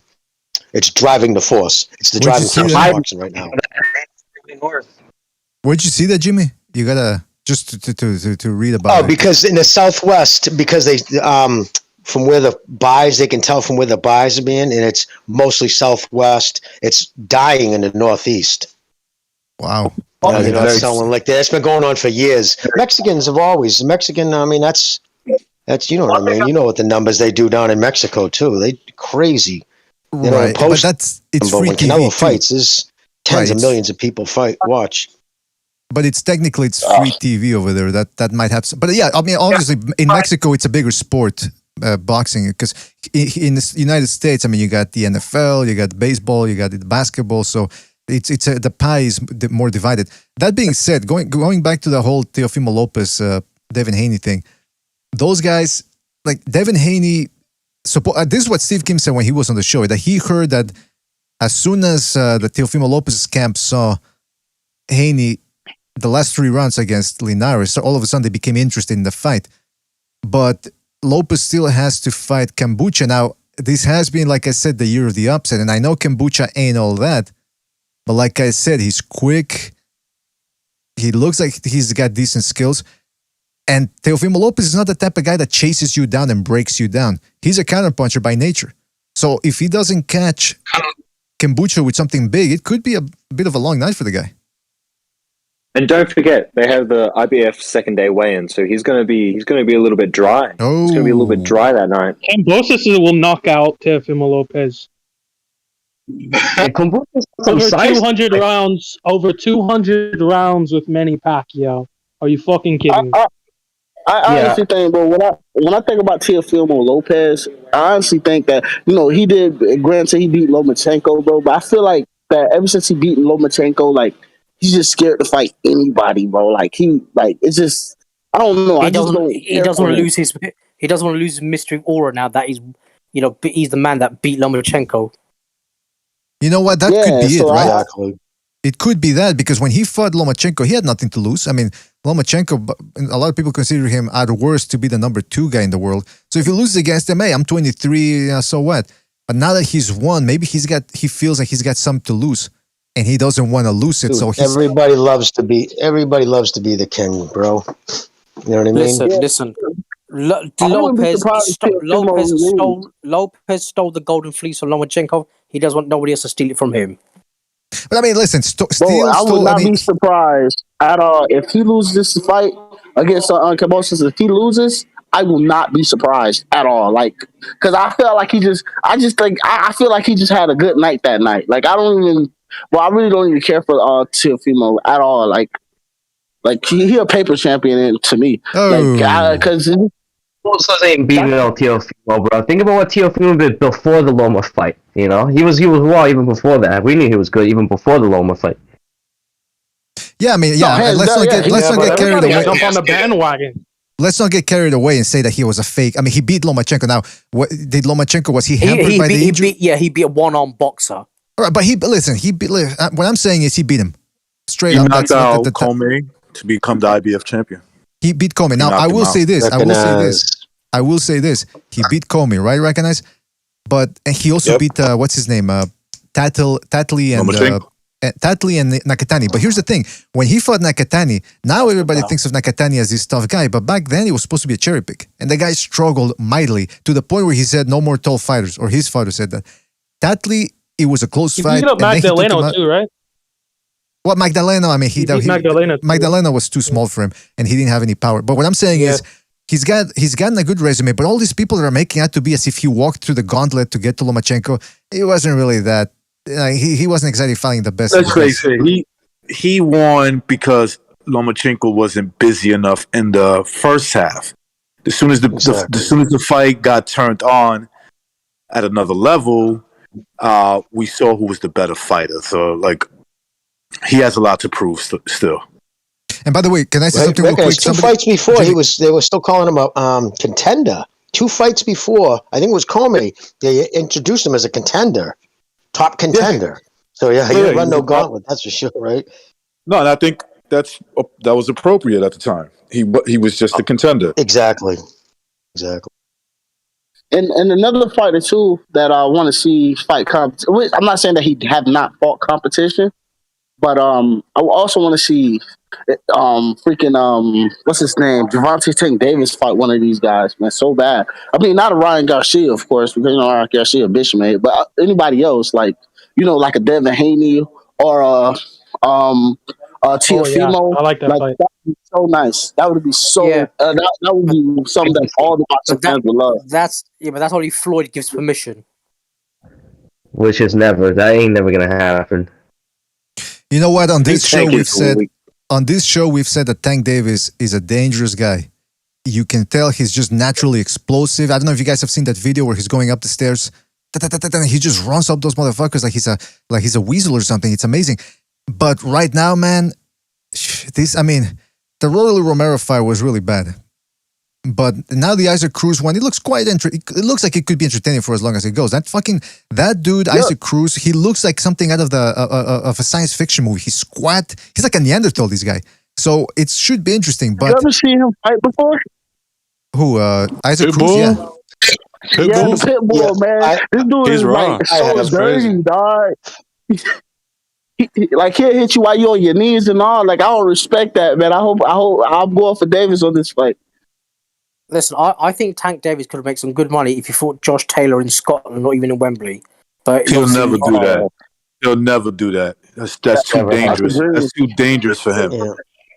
Fighters never go abroad. And you can tell it's time to get to him, guys, by the shit he's tweeting and deleting. He tweets out bizarre shit and then deletes it. He tweeted out that he's not going to be after this fight. Somebody's got their TV cranked again. Yeah, who's got their TV on? Please turn that off, man. He muted himself. That's like him trying to fight Terrence. It's like him trying to fight Terrence Crawford. That won't happen. I saw Josh Taylor next to Crawford, and he was bigger. Significantly bigger. So I'm like, this dude will never fuck with Terrence Crawford. You think he's gonna fight Josh Taylor? Then on top of that, you think he's gonna fight Josh Taylor in his hometown? He ain't built that way. American fighters are not built that way. That's just the truth. People need to be honest. I guarantee you, Teofimo never fights outside of the US. Oh, well, that's you're right. Yeah. But hang on, I don't get why do our European fighters happy to fight in America, but not vice versa? Yeah, I mean, this whole thing about Americans is where there's a few guys that question even asks because isn't boxing is way more like big in over the out of the States. And that's because like they really watch this shit like all the time. And it's only like since I've been in Florida, like it's only a handful of people that I can sit here and have a boxing discussion with. Like bro, it's so much more famous overseas. But like for some crazy reason the Americans like that's a great freaking question. I couldn't even answer that. Well, I can answer it in two reasons. Money and money. It's site fees. Nobody pays like Las Vegas. Nobody pays site fees like them. They crush everybody. And B, taxes. England, it's well over 50%, isn't it? Isn't it up to like 75%? No. What, are you talking about? Are you talking taxes or when you get paid after tax? You mean? Yeah. Well, what's the tax rate? What's the capital gains tax rate? In England, up to 50. If you earn up to £50,000, tax is 25%. After £50,000, anything over that is 40%. And if you earn that's pretty high taxes. Yeah, but they have capital gains too, though, right? Yeah. But if you own, I think, over 150 or 200 grand, then you got like a super tax bracket. I don't know what that is though. Yeah, Super because I know the United States. It's 50%. That's why everybody defers their pay. Nobody wants to get. You're getting $11 million. You don't want it all at once because the government's going to whack the fuck out of you. So they defer it. That way you get smaller lump sums and they don't get killed as hard on taxes. But United States, 50% capital gains tax.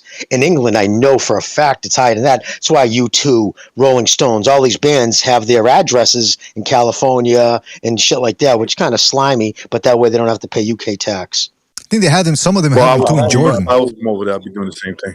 Yeah, I think Ringo Starr technically lives in Monte Carlo or something because of her tax issues. He doesn't get taxed over there, something like that. By the way, shout out to Get These Hands for his contribution with the super chat. Says thanks tweeting and Floyd's deleting. Oh, shout out to Get These Hands for his contribution with the super chat. Yeah, I mean, look, somebody else said it. I forget. I think it was 150 Dream Team's stream or something. They were talking about how Floyd Mayweather doesn't really want Tank Davis to win. He's that much of a narcissist, Mayweather, that he doesn't want his own fighter to win and to upstage him. And even though Tank Davis couldn't, at this point, I don't think he would ever manage to upstage Floyd Mayweather in terms of accomplishments. But it's almost like Floyd. I mean, think about it. When Floyd Mayweather was at that Tank Davis versus Romero conference, he went on for about 7 minutes about private jets, my career. People tell me, when people tell you can't do something like they told me back in 2008, I was like, what the fuck are you doing, man? What is this? You're making it about you? You got your fighter sitting right there. Yeah. Yeah. Somebody needed to tell him, man, fuck all that. We want to ask just straight out the way I just said it. Fuck all that. We want to talk about your boy, Tank. Mm-hmm. Like straight out, disrespected. Be like, man, I don't even want to talk to you about anything. I want to talk to your boy. What do you see? What do you see in your boy in the future? We know what you already. We know what you already accomplished. Gervonta can you read that? NBF list, man. Gervonta Davis. I want to see, and I ain't even trying to make it a race thing, but I want to see him fight because everybody he's fighting, it's like they got like weak chins and they can't take it. Like, fight somebody, fight, I want to see him fight, Devin Haney, All right, so and if you're gonna go and fight a Mexican fight one of the best Mexicans, like fight Teofimo Lopez. Like, because to be honest with you, he's not. He's like Honduran. Chibi, don't tell me. Chibi, don't tell me. Please don't tell me you're one of those Americans that refers to every Hispanic as Mexican. God, Puerto Rican, yeah, that Mexican dude there. No, never. I've never been that kind of person. I just want to see. All I'm saying is, I feel like Gervonta St. Davis on the NBF list, like he just stopped fighting nobody, man. Like, because I never even heard of Pitbull until this fight. Like, I didn't know him at all. Huh. Yeah. Did you hear Barrios before that fight? When you heard Pitbull, you thought it was the rapper from Miami, right? You thought it was the rapper from Miami he was fighting? Yeah, I like that. But the only reason why I know Barrios already is because I'm a PBC fan, so I already knew of him. I just fucks with PBC, but I didn't know. But if Pitbull fights on PBC, I did not know that. I had never seen him fight before, and I was just like, he fought Francisco Vargas, I think, on a PBC card. Guys? Now, real quick, MMA champ. Real quick, yeah, because Jimmy put this in the Discord, and this is a tweet from Gervonta Davis. I don't know, it's probably a spur of the moment thing, but he tweeted, and I don't know when this is from, Jimmy. Maybe you could give us an indication. But it was recently, and he deleted it within minutes. Right, he gets in these moods, and I think it's a reflection of he's unhappy. He knows. He goes on Twitter. He sees he went from an exciting, young, powerful prospect to Twitter fodder. Well, let me read what he said. It's getting to him. Let me read what he said. For those of you that aren't in the know, he tweeted this and he said, after this fight, December the 5th, don't talk to me about boxing. I am off this shit. I don't smoke one of these N-words in real life. So many fake N-words. When y'all get so bold but soft for real, when shit get ugly, stop mentioning me. After this fight, I'm no longer a boxer. Huh. Does that sound like a stable person right now? I mean, does that sound like somebody in a good place? He's trying to act tough, bro. He's trying to act like he's a gangster. This guy's getting paid like millions of dollars for a fight. You're a professional boxer. Why are you, trying to act tough on the internet, bro. Well, This is a because bad look people for are him. dogging They're them. fighters. That's what they do. This is how Yeah, they but are. Well, it's also thing is, because if you just go, I was gonna say real quick, go on Twitter, dude. The memes and the shit said about him, he's Twitter fodder. They just beat up on that kid all day, and he sees it. Now you gotta understand. You got Floyd one ear saying, "Bro, see this yacht we're on? This is how I got it, man. Everybody hated me. They bought my fights. This is what. Don't worry about that shit. Let them hate. Hate made me a millionaire. You know he's filling his head, but it's making him crazy because everybody wants to be loved. Nobody wants to be hated, and it's getting to the kid. That's my opinion. Well, I think he does have the desire to do it, to fight those fights, but he literally can't. Floyd literally won't make the fight, and it's causing a tremendous amount of frustration, like you said. On one hand, you want to do it, but you literally are stuck, and that's gonna fuck you up. But can he not leave Floyd and go himself then? Well, if Well, he he's got a does, contract. Depends on what's in the contract. Yeah, and also sometimes it doesn't even depend on what's in the contract. Remember, Floyd Mayweather's a very connected man in the game. He's been doing it since he was a kid. Maybe even before that, with his parent, with his dad and his uncle. So they're very connected to that game. Maybe he doesn't want to fuck. Maybe he doesn't want to fuck Mayweather over. No, it's because I think he's been in Mayweather's trap. Mayweather is brainwashing him, I think, because he looks up to Mayweather as a mentor, right? So you think he's gonna leave Mayweather like that? No, he looks up to Mayweather as a father figure, as a mentor. So I don't think he's gonna leave Mayweather. I think I don't want to throw cold water on that dude, but they don't get along at all, actually. I'm being honest, man. Fucking bad relationship. He threatens him all the time.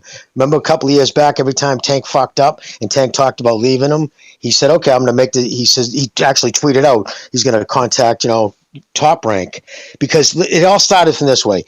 Once he signed him, he said, okay, your one thing is you get big up between things, and knock Floyd, say what you want about him, but nobody was as dedicated when it comes to getting in shape. And he wanted him to come out and live in Las Vegas. He came out, stayed out there for a little bit, and then bolted back to fucking Baltimore, and that sent Floyd to the roof. And so there's always been problems back and forth. There's tweets that I just saw the other day. Somebody listed them all. Not even that long ago, he said, "I need a promoter," or he threw kind of a dig at Floyd because he knows, like you said, he knows this isn't. But listen, he's also on a floating contract. PBC guys, if they make X amount of dollars, it automatically re-signs them. It's the same thing in the music. Oh, yeah, no, it's Al Heyman has it this way, like if you make $2 million, anything over $2 million, you're automatically re-upped with the PBC for 1 year. It's actually in your contract. It's a floating thing. Yeah, no, I can actually get the copy of it. The PBC contract is almost like it's a 1/4 inch thick. A normal boxing contract's 3 or 4 pages. This fucking thing's in T Street Controversy said it perfectly. He said, I've seen them. I've seen music contracts. This is a music contract, and they just change boxer from musician pretty much everything. Like they can't talk about anybody. So, but anyways, that's that. Is that what they call a 360 deal? Yeah, I think I've heard it responded. I've heard it called that. I give people the 6 feet. I give people the 6 feet under deal. If you don't do what I tell you, 6 feet under. Got it? But you know what, man? Bottom line. That's right, BDA. That's right. You put them where they belong. You put them 6 feet deep where they belong. Slugger. Slugger Sam. That's right. Slugger Sam. Tank Davis, another lost cause. I think this is a wasted talent from Tank Davis. I mean, he's in his prime years and he's fighting low-level competitions. 25 years old. Yeah, he's only going to get older. MMA, Tank Davis fought a guy. Slugger, you got to let the guy finish. Tank Davis fought a guy. I'm serious. You got to let the guy finish. Slugger Sam, the guy who works at Chick-fil-A. Slugger. The guy who works at Slugger. I'm going to mute him. Go ahead, MMA. Okay, so why is the broke bum talking to me? Oh, come on. All right. But never mind. Okay, all right. Listen, I think the only way, that can turn Tank Davis' career around is him getting a new promoter. Will that happen? I don't know, but I think that can save his career. Other than that, I think this is going to be another lost cause in boxing. I think it's going to be a bad end to Tank Davis' career, and I think people are going to forget about him because if you're not fighting actual competition and you're not building your legacy, people might, hype you up. Yeah, you knock people out. They might, watch your fights or whatever. But when you leave the sport, you're not going to be remembered. Only people who are remembered are fighters who are legacy fighters. Right. Yeah, but MMA, you're saying that he's a lost cause. To be fair, brother, a lot of people recently are lost causes boxer wise.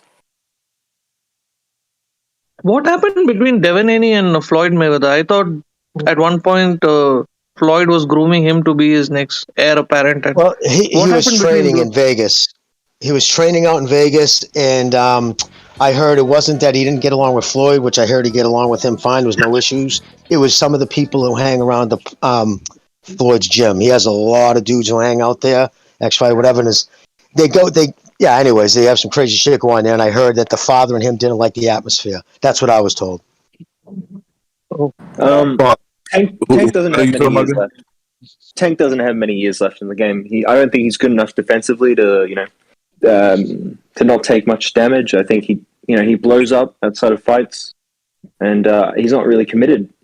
He's not committed to the game. I think the damage is done. I think the damage is done too. Too many years of fight. Listen, boxing more than any other sport, you have to do it a lot against good competition. If you start fighting, every time you fight a soft touch, like, all right, Santa Cruz, you can tell you right away, he didn't give a fuck about his defense. That dude doesn't fucking lay on his punches. So he did shit. Like, every time you fight, you're supposed to be learning something, getting better. Steel, sharp, and steel. You constantly, like, Ben, you been a fucking star high school fucking player and you're playing junior high kids? You think you're going to get any better? You know what I mean? It just doesn't happen. And I think it's actually affected him. I think he was more explosive and had better timing when he was 21 than he does now. Oh, well, okay, before we continue on that, shout out to Spreaker King, who donated a super chat, did not leave a message, but shout out to Spreaker, always appreciate your contribution. And shout out to Medardo Garcia for his contribution to the super chat. He says, I have Crawford by decision. And he says, hold on a second. He says, I have Crawford by decision. Porter will be too tough. I think he's going to give us another postal performance. Oh, so he says Crawford's going to win, but it's going to be boring, if I'm reading that correctly. So shout out to Medardo for his contribution. Yeah, if he's going to win by decision, it's going to be unanimous. They're not going to give Porter a single card. I would expect that, man. Wow. How do you know that? I don't think it'll be a boring fight. They're gonna send a message to PBC. Trust me on that. All right, well, we'll see, man. I don't think it'll be a boring fight. Crawford's fight with Postell was boring because I think Crawford doesn't really like long fighters. He's used to having a very big, range and reach advantage, and Postell could challenge him from distance. I don't know. He fought I don't know how you guys feel, but that Postal fight was not masterful. No, that was not a masterful performance. That was a pretty. To be honest, it was masterfully boring. It was masterfully boring. Jet Code. I would not be surprised at all if Porter wins this fight because I feel like Porter even won that fight against Spence. Like, that's just my personal opinion, of course, but I would not be surprised if he won. But like I said, I love Terrence Crawford. He's a fucking dog, bro. Like, he'll bring the fight to you and come back. I don't think he's boring at all. I think he's very swagged out. That boy bumping, man. He fighting. I like his style, man. I like how he switched from orthodox to southpaw. That shit's so smooth. Swagged out. That's the first time I've heard a boxer's style referred to that. But more like bummed out. Hey, Slugger Sam. I like the way he fights. So yeah. Slugger, let me ask you something. I was listening to your stream the other day. You had some guy on. You were in a car. I don't know if he was driving. You were driving. But you were in a car. The dude you were with sounded like John Travolta from Staying Alive. I mean, from Saturday Night Fever. Who was that guy? And yeah. Okay. Why didn't you? I didn't know you were watching the stream. You were spying on us or something. People send me everything. You remember that scene from Staying Alive? Yo, you remember that scene from Staying Alive where he missed his old girlfriend inside the dance studio? Hold on. And he had like condoms. Let me address PDA. Let me You're address horrible. PDA. Everybody Go ahead. silent, Yeah. please. Everybody go on mute. Let me address PDA. Oh my goodness. Go- Just go ahead, How to man. make friends and influence let's hear others. it. Oh, Jesus Christ. Why is everybody going off? Just give the You're slug man a horrible. chance. Speak. Just let him speak. Just let him speak. Go ahead. Let me talk, all right? So that guy is not John Travolta, my friend. You know? That guy is Paulie from the original Rocky movie. That's who I was hanging out with. BD8. For your information. Burt Young? Now, if that's Burt Paulie, Tyler. hold on a sec, for crying out loud. Hold the fuck on. Now, if that guy is Paulie, Oh, you who do you spoken think is slow. Roki? You falling asleep. But go ahead. Who do you think? If he's Paulie, who's Roki? Answer me that, BDA. I think you're Adrian. That's what I think you are. Yeah, me too. Oh, you're right. You know what, BDA? My sister BDA, you're out of your retard. goddamn mind. I'm just kidding around. I'm busting your balls, and all of a sudden you're getting fresh with me. What's the matter with you? Yeah. You always hit my hair. I didn't know I hit the wrong time on my hair. I haven't seen you in a couple of years. You know, there's a lot of people around. You know, it doesn't seem like you're joking, right? There's a lot All of right. people around. Well, listen. Let us know Get when you your do the shine next back. show, because let us know Get what the your next shine show back. is. Just a little bit. Yeah, BD, I'm just- gonna BD, I'm gonna shoot off now, brother. I'll catch you guys later on. Everybody on the panel, have a good night. all right, Oh Kinshiro. man, Take you it see easy. what you just did? See what you just did? Sleepy Sam. You see what you just did? Hey, No, it's recognize. I already recognized. I gave you your chance, didn't I? I gave you your chance. What All chance right. was that? What chance was that? Chance to I go to told sleep? you what. Take a nap? I told you. I came down to LaGuardia the other week, and you were a no-show. So come on, knock off the Listen. tough You haven't guy been to joke. LaGuardia since the '70s, right? Let's be honest. That's the last Whoa! I time wasn't even you was in around in the LaGuardia. '70s. Whoa! Jesus All right, listen. Christ, I wasn't even. I gotta get to. I'll make sure you're not allowed. Real quick.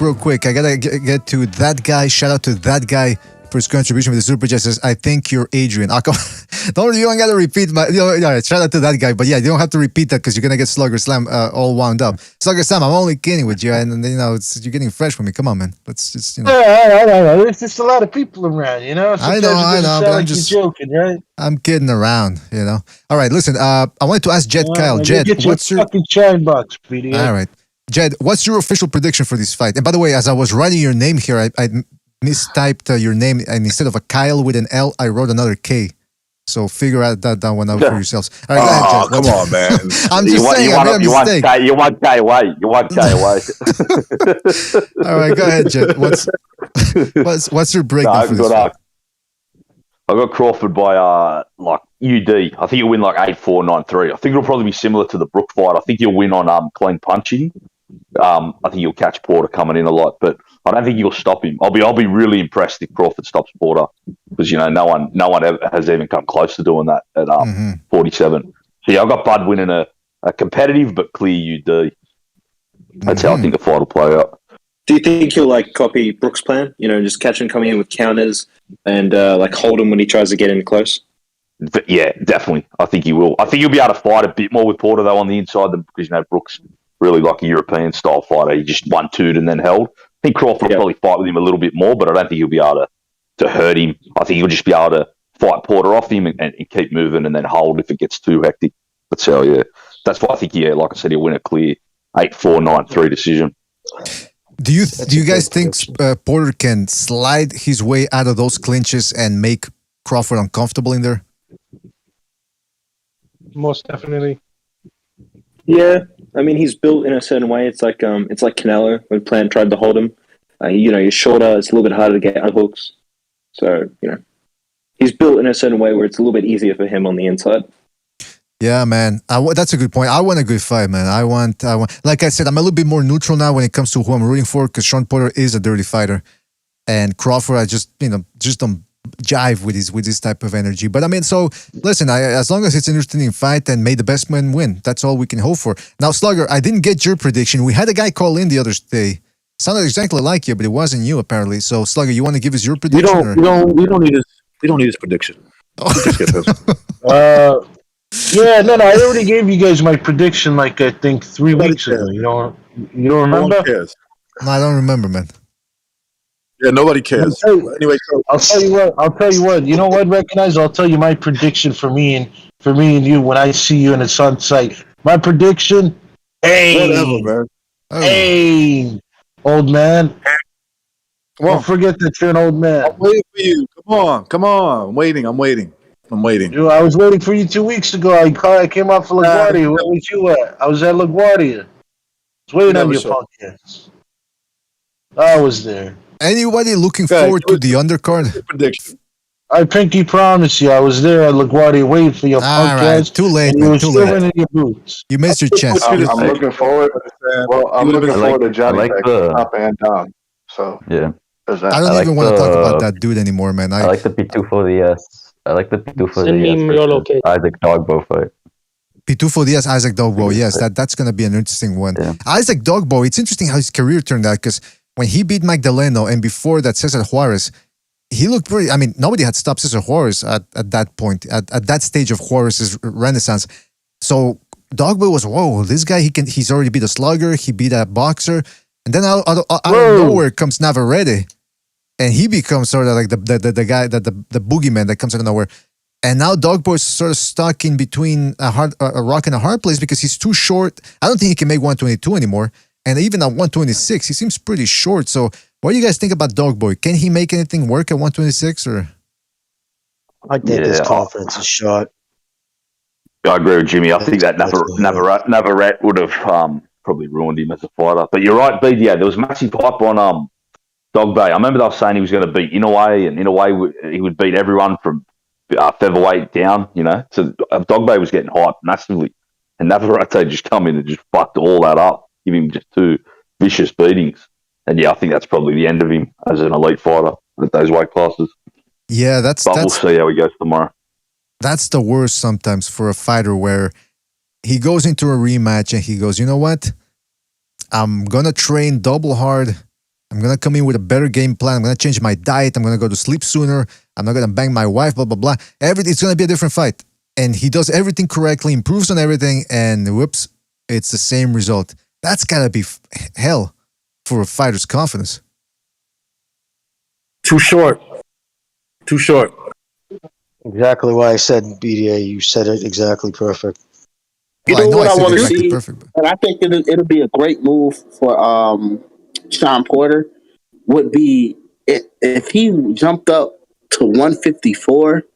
I feel like he'll be a big fucking problem, man. I don't know why. I just feel like he'll be such a big problem to even the Charlo. But I think Jermell Charlo. And you feel me? Even who did Jermell Charlo fight against? I forgot his name.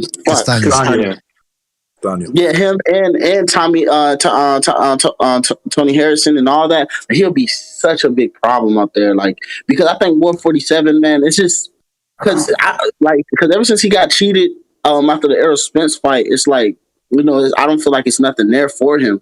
And if he moved up a weight class, he can really bring big problems because he's a fucking dog, man. He's bringing the fight, man. Only problem is he's kind of short for that division. Well, let's his work rate short too. He has a stocky build. It's I think he would do okay against Jamel because his work rate would be his route to victory. Because I saw that against Castano, Jamel just kind of he doesn't do much. He takes so many breaks. Yeah, that's true style-wise, but I could see Jamel putting him to sleep. I think he could still probably catch him. I don't know if Porter could take the punches of Jamel as good as he does, but maybe he could because maybe he'd be more stronger at 54 in terms of taking punches. So yeah, maybe I don't know. All right, so let's do this. Let's look at the Ring Magazine's top 10 rankings over at 154. First of all, you got to keep your eye on this guy, Sergio Garcia. I've never seen him, but just looking at where he's from, Spain. We've had the Reconquista taking place this year. We've had Sandor. He beat Ted Cheeseman. Ted Cheese? Yeah, he's actually not bad, but yeah, he's not bad, Sergio. He fights a bit like Sergio Martinez, but not as good, but he's got that awkward. Oh, really? Kind of like an awkward style like that. Okay, I got to check him out. Then you got Carlos Adames, who's a decent puncher, and he's 5'11". So right off the bat, he's noticeably taller than Sean Porter. Then you got Magadev Kubranov, 22-0 with 13 knockouts. You got Fundora. That guy's Lennox Lewis height. So imagine him against tall, Porter. Bro. He's so tall. Tim Zhu, who I think Tim Zoo, who I think Jade Kyle used to hold the mitts for, he's looking strong at 154, man, like he did against Inoue. I mean, he outmuscled Inoue, for Pete's sakes, and that Inoue's got soccer player legs. Tony Harrison, he's about what, 5'11", too, 6 feet tall. Lubin, 6 feet. Right, yeah. Lubin, maybe. How tall is Lubin, by the way? Hold on. 5'11", 5'10", somewhere around there. Yeah, so he's a southpaw. He's We're quick. looking at like an average 3 to 4 height disadvantage. Actually, Lubin is 5'9.5". So okay, that might be a winnable fight. 5'9.5" is like saying 5'10", right? Same shit. Right. Well, that's what I tell women. But yeah, okay. So he's taller still than Porter, but I think that's a winnable fight. Lara, he's 5'10", right? He moved no, up I think to he's 5'9" too. I think Lara's 5'9". Could be Lara. He moved up though. He's at 160 now. All right. Jared Hurd, he's pretty much shot at this point. Castano, he's a short guy. I could see him. Could be Jared Hurd too. I could see him beating Jared Hurd. I could see him beating Lubin. There's a few guys that I could see him winning. He might lose to like Castano, Charlo, and Zoo. Yeah. Maybe those. Yeah. Maybe he can beat. Don't forget Garcia. He's from Spain. Nobody's beating the Spaniards. I should do the same thing he did at welterweight. I thought Tim looked really impressive. What's going on? Did any of you see that fight? I Which thought Tim looked really impressive against Inoue. Well, I don't know if I would call him like a quality fighter, but I think Inoue is awkward, and we saw what he could do to someone like Munguia, who didn't really have the tools to control the fight. Yeah, that's a good point. Yeah. Hey, by the way, who's got their camera on? Someone's got their camera on. I see a pipe. I see a smoke pipe. Vladimir. Yeah, man. What the fuck, Vladimir? What are you trying to tell us there? Are you open for business? Is that what you're telling us, or? I thought I saw keyboards. You know how I roll, man. You know how I roll. No, I don't know how you roll. I just met you on the Discord these last couple of days. I don't know how you. And you know what? I don't want to know. I don't want to know how you roll. Well, I'll tell you this. The guy who fought Jose Benavidez last week, I think he looked pretty sharp. Slick looking fighter. I have so many high hopes for him, man. I do. I feel, oh man, bro, like, cause I was just watching that fight, but I feel bad for the dude. I'm like, why you took this fight, man? Don't do it. You feel me? But like I said, it's boxing, and he didn't want to quit. He was taking punches. I liked it. I just love that energy he brought up, bro. He was like, "Yeah, hit me, bitch." And he's hitting back, and that was a real good fight, man. That was fantastic. He was the second in the fight, so he was already aware that, like, when you're told you're the second, you're supposed to keep yourself in, pretty much game shape. So it's not exactly the same as coming off the couch. You know what I mean? Because he was already the second. They pay you a few dollars, and you're supposed to keep yourself in case something like what happened. You know what I mean? So he wasn't straight off the coach. But I thought it was like more of a 2 weeks notice thing. Like, no. Yeah, well, it was a 2 weeks notice, but he was the second. Meaning he's supposed to be going to a training camp, just not as fierce. But they pay you as a second to keep. That way, if they have to call on you, you'll take the fight. You don't have to. You could have turned it down, but. You know what I'm saying? He was the second. It's an opportunity, too, and he knew to take it. And I think as Connorman, I like that he stopped it. I think that was the right call. Yeah, that was a perfect call. They should have been stopped that fight. Oh, man, bro. I think he should maybe go down to, if he were to go down to like maybe 154 or 147, he would be such a problem, because I think he's up there in a weight class where people just like, because he don't have that much power, man. You feel me? And I think he's in a weight class where people have way too much power for him, man. You know, so maybe if he goes down a couple weight classes, I think he'll be a real animal, man. I think he'll be a great prospect. Yeah, the only problem, he's so muscular, he could lose his punch resistance when you eat away that much muscle. Because did you see him the night of the fight? He looks like a bodybuilder. He's got almost no fat on him. So think about that. What was that, 167? So if he was to go down to, say, 154, that means he'd have to eat 13 pounds of pure muscle mass. That would affect something. Is that what happened with Roy? I hear sometimes about Roy, like with his, like, I don't know, his weight, like coming down from heavyweight. Yeah, Roy Jones is the classic example of what you don't want to do. He weighed in at Am I correct in saying he was actually 193 the day before the fight against John Ruiz? And then he was all muscle, not an ounce of fat in there. And then he goes down to 175 against Tarver, and he looked weird in that fight. Physically, I'm talking about. Like he was in shape, don't get me wrong, but compared to the ripped nature of the body he'd shown before, there was something off about him. So yeah, man, going up and going down, not exactly the best. Now, what are your thoughts on Benavidez, fellas? Is he overrated, underrated? I'm trying to get David Benavidez. Yes, David Benavidez is a dog, man. Bro, he's the boogeyman of the weight class. Nobody want to fight him, and I can see why. Like, I wouldn't even want to fight that dude, not even for a payday. Like, his punch volume and everything that he brings, I think he's the biggest problem, hands down. And nobody wants to fight that dude, man. I feel like he needs to move up with Canelo. I think he needs to move up to cruiserweight with Canelo and challenge someone like Bradis or something. I think Benavidez versus Bradis would be a perfect matchup. I think he's also my thoughts, man. I don't think that I don't think Benavidez or Charlos or any of them. I think they should just give up on that whole Canelo fight, man. Fuck chasing Canelo and fuck the whole cruiserweight. Fuck all that shit. Let them do them because we got some. Because since he left that weight class, now we can have some real good fights coming in the future. You know, so like I think that he should just stay where he's at and let's make this Charlo fight happen. You know, there's Are they going to make Canelo vacate? Are they going to make Canelo him vacate? We already got him. Okay. Here's the thing with Canelo. Here's the thing with Canelo. Here's the thing with Canelo. He has like a week. He has like a week or two to decide if he wants to stay at cruiserweight or move back down. That's how it normally works. Yeah. Here's the thing with Canelo. I thought he already signed contracts and everything to fight Akuta Matata or something, whatever that nigga name is. I don't even know if that fight's gonna happen. Number one. Yeah. Go ahead, Jim. It looks like it's gonna happen. It's really got legs. But can I just say how funny it is that people say that he's ducking 160-pound Charlo to fight a 200-pound fucking dude. It's so insane. But that looks like it's gonna fucking happen, which is kind of crazy. Man, that's insane. I never even heard of this guy, man. Oh my dog, the anger in me, bro. Like the anger in me through that whole situation. I was like, he's the cruiserweight champion. But you never heard of him. You must not pay attention to that division if you haven't heard of him. He made Tony Bellew do a backflip. Listen, that was the most deadest division to me, bro. I'd never heard of Akuta Matata at all. I never heard of him. That's on you, man. I don't know what to tell you. Hakuna Matata is about the Hakuna Matata Canelo Alvarez, man. He's gonna knock him out.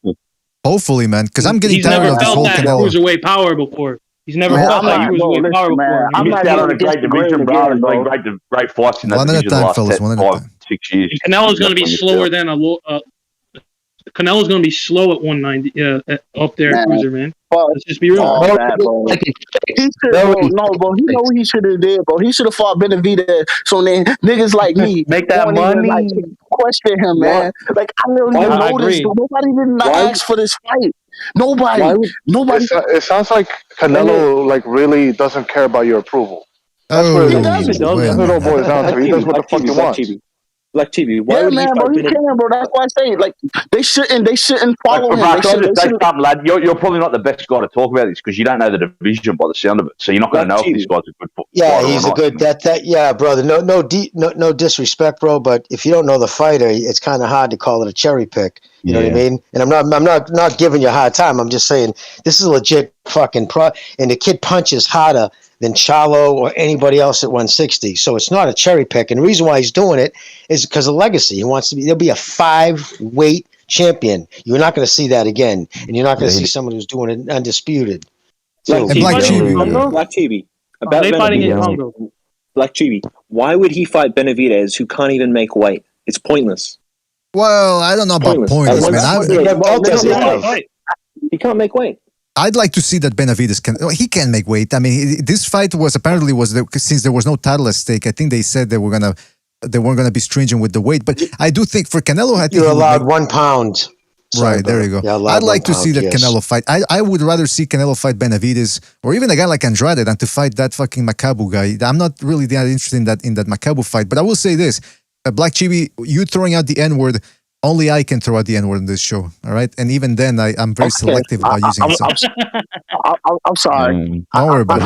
I apologize. I'm just saying. If you want to use it in the interstate when somebody cuts you off, you can do that. But now listen, serious business here. I wanted to ask you fellas about the fight today, because we're going to get a fight in about 30 minutes. There's the DAZN card. Now, the main event stinks. I'm not terribly interested in seeing Andrade outbox another European guy. But the undercard, it's got legs, as somebody else mentioned before. We've got Akhmadaliev is going to be fighting. Hold on, where's the schedule here? I want to put it up on the screen. Oh, Akhmadaliev is fighting a guy that's on a good winning streak. I want to see the Martinez fight. Yes, and then I was going to get to that, yeah.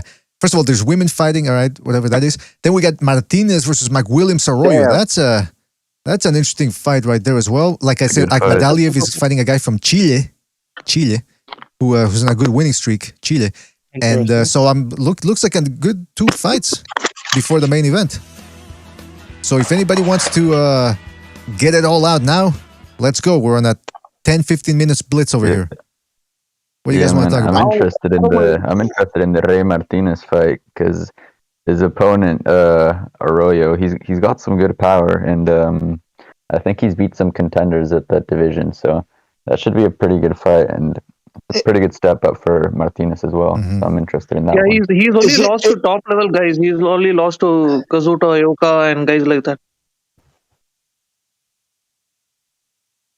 Yeah, he's only lost to Chocolatito Gonzalez and the Thai guy that beat Zhu Shiming. And he beat Cuadras, I believe, Carlos Cuadras. So he's not bad. He's a live dog. Yeah, and Martinez, he reminds me a little bit of Fernando Montiel.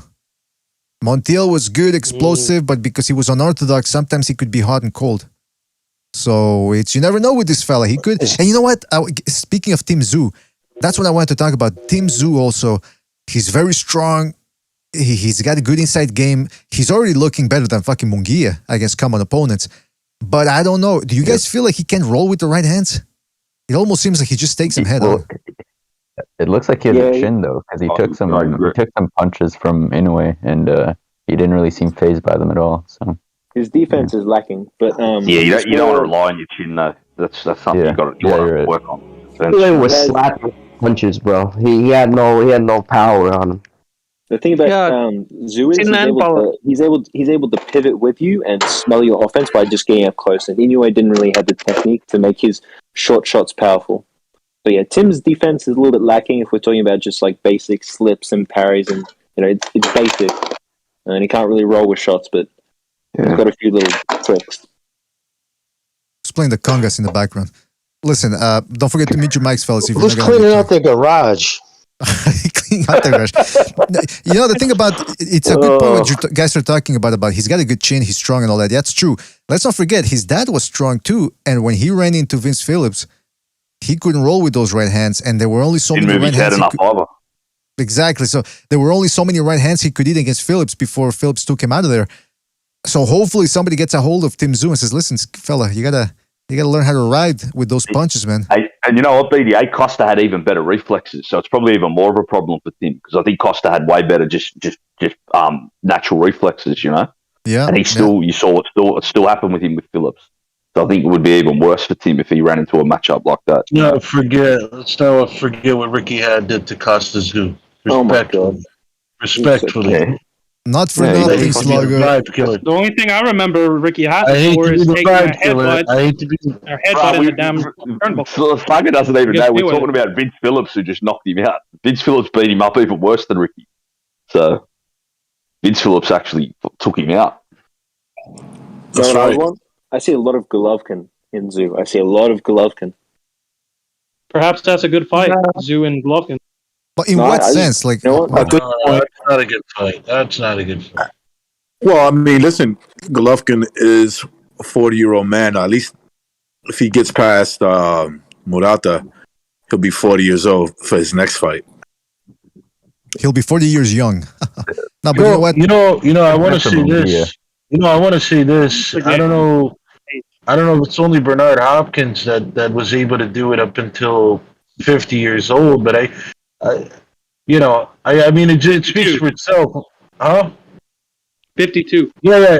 He did it until he was 52. But I mean, I'm not trying to get at these guys like Pacquiao and them, but I'm just like, wow, like somebody was able to do it. So I'm kind of giving you guys a little hope that you can also do it in your 40s. Very rare exception. Now wait a minute, what's that supposed to mean? Very rare outlier. It is a rare exception. I agree. It is a rare exception. Yeah. Triple G should retire, man, because of the style he brings. Because he always come to people and brings the fight to them. I think that Triple G should retire because his last fight that I seen him in, I didn't really like that fight, like because he really lost that fight to me, and I think that he should just retire, man. Just to clarify, his last fight wasn't against Derevchenko, which is probably the one you're referring to. His last fight was against yeah, that's the one I'm talking about. Right, but that wasn't his last fight. So just to clarify, but yeah, you're right. Look, like he didn't look all that hot against Derevchenko, but consider the fact that he was 38 years old fighting Derevchenko. So it's not like he was a fresh Charlo going in there all peepsqueak, looking like Kyle Rittenhouse, his face full of freshness. No, he was going in there. He was looking. Hey, Black TV, don't say that to Precise. No, okay, stop it. Listen, I talked to Precise. It's all good. Don't worry about it. But listen, what was I gonna say? Charlo. That's the thing. Charlo, when he fought Derevchenko, he was a fresh guy in there, and even then he struggled against Derevchenko in the last 3-4 rounds. The last 3-4 rounds, beat the fucking daylight out of him. Like even if you thought he won, even if you thought Derevchenko won, it was a close fight. Derevchenko came out of it worse. I mean, face, he took a lot of damage.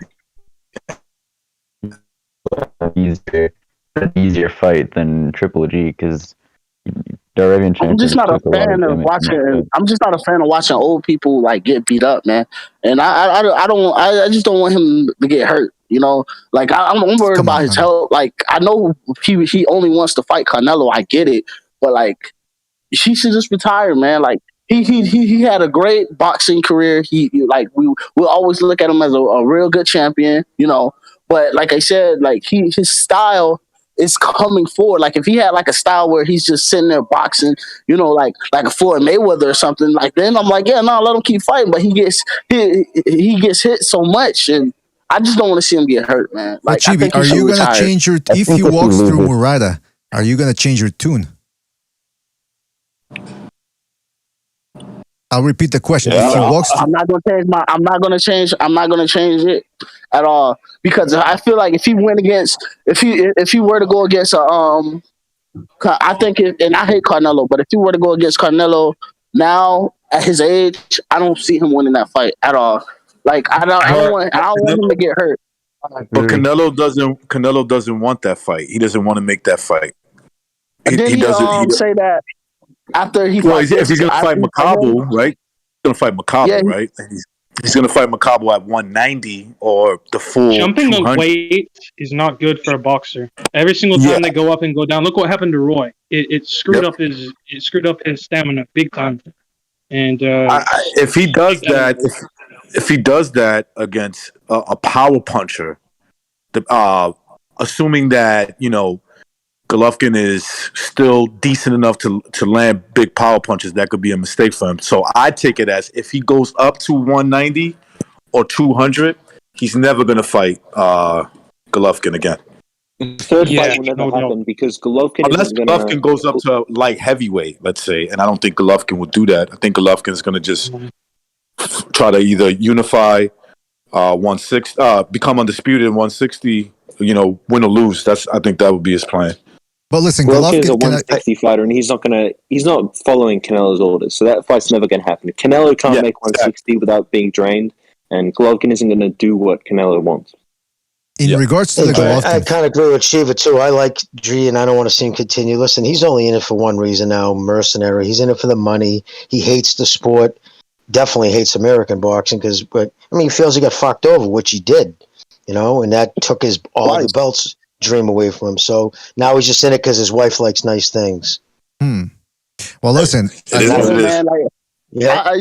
just a thought of seeing, bro, because bro, in my eyes, seeing Golovkin get knocked out is like when I saw Dante Wilder get knocked out. I don't want to see that again.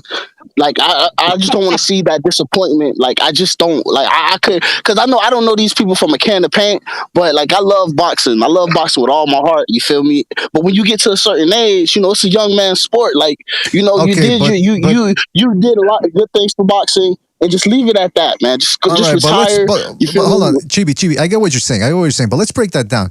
Who can actually go right now, especially if Triple G looks good against Murata?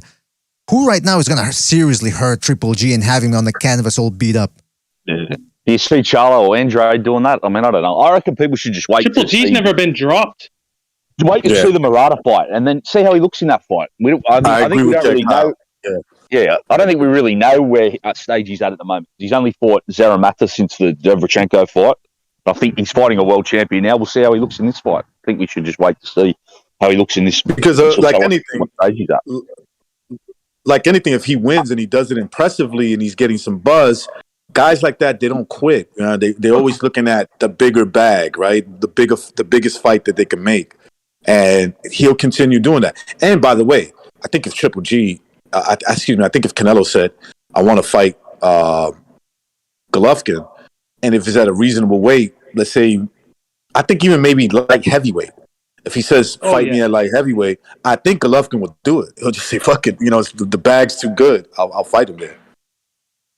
Man, I don't know, man. He probably gets his ass. He probably gets his ass. But win or lose against Murata, bro, he should retire. I don't. That's just my opinion, but he's his own person. But he should retire. Like he should, like just like with Dante White, he should retire. Okay, like after taking a beating like that. Like you're a human being, man. It's only so much you can take. And like in the last fight that he was in, like you said, and when the last fight he was in, and then on top of that, you got to think how far away that fight was. When that fight, like a year ago, 2 years ago, like I haven't seen Triple G fight in a minute, and like we got to think of all that. We got to put all that into perspective, like and if he does go Murata, he knock him out in devastating fashion, then I'll be like, well, maybe he still got a little fight in him, but he's an old man, bro. Like in my opinion, he should retire. Like he's too old. That brings up the question of fans telling fighters to retire, because we've been watching boxing for a long time, and we've gone through the gauntlet of fighters that we go, oh, this guy should retire, that guy should retire. A guy like Triple G, he's been fighting at the highest level since late 2012. That's 9 years. That's not a walk in the park, and he actually made it look like a walk in the park for the first about 7 years. So he's still relatively fresh. Whether he's gonna look good after a year off at his age depends. There was a time where Hopkins was in his 40s and he would take a year off between fights and actually look good. So it all depends on the fighter. This Murata fella, he's a big-handed guy, but he's not really going to offer Triple G anything he hasn't already seen. He's not going to move around a lot. He's not going to be throwing, I don't expect him to be throwing 800 shots per round, although he can be pretty active when he wants to. But that was essentially what Davidchenko did to Golovkin. He threw a lot of shots. He kept him turning on the inside. And even then, like I said, look at Davidchenko's face after the fight. He was all beat up. And let's not forget, there was a portion in that fight, last 10 seconds of one round, the referee jumped in. I don't know what the heck he was doing, but Triple G was hammering him. And it was, I think he had Davidchenko hurt. I'd have to rewatch that clip. But so what I'm trying to get at here in this preamble is Triple G does appear to have still a lot in the tank, and we'll see what happens against Murata. Nah, man, I'm very heavy-handed, and Murata lost to that dude Hassan and Dam. So I think Triple G knocks him out, bro. I think that was one of the biggest robberies ever. You didn't watch that fight. Murata got absolutely robbed against Endam. That was a disgrace. Look, I think Triple G, his face might be more marked up nowadays. Like he's less durable, but like the power is still there, man. I think he hurts Murata. And like I don't know, man. He's starting to look like my God, it just I don't know. I'm lost for words. I don't want to see him fight.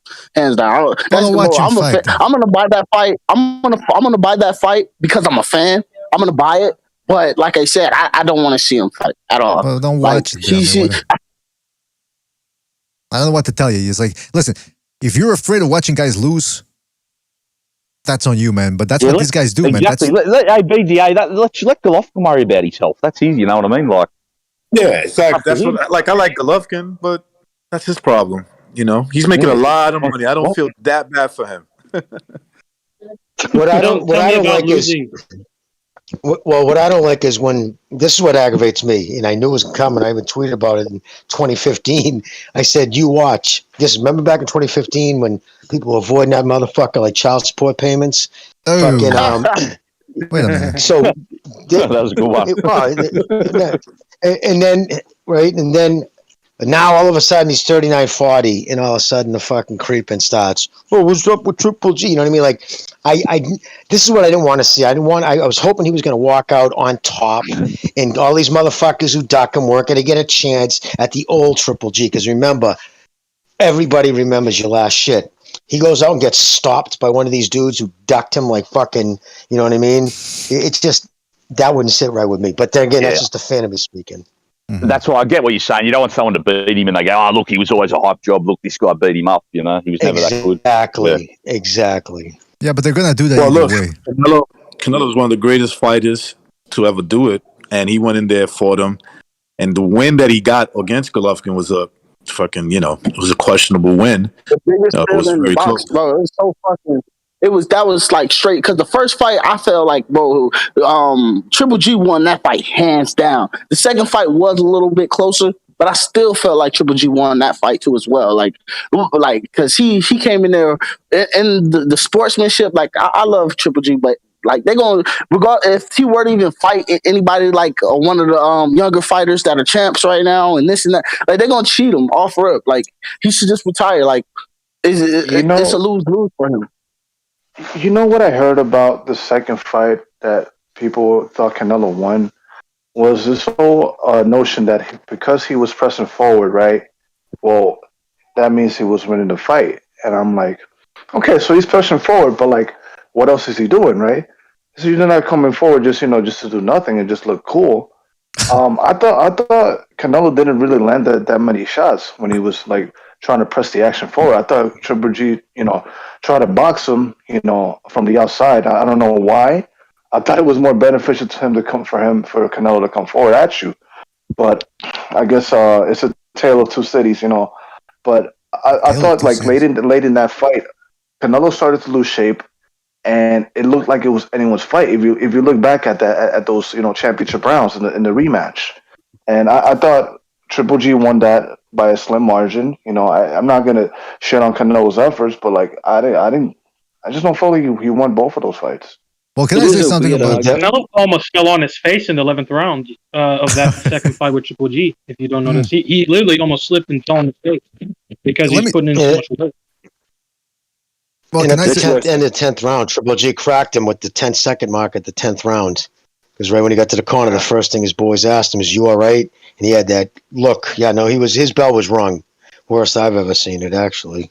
Look, man, nobody can say that.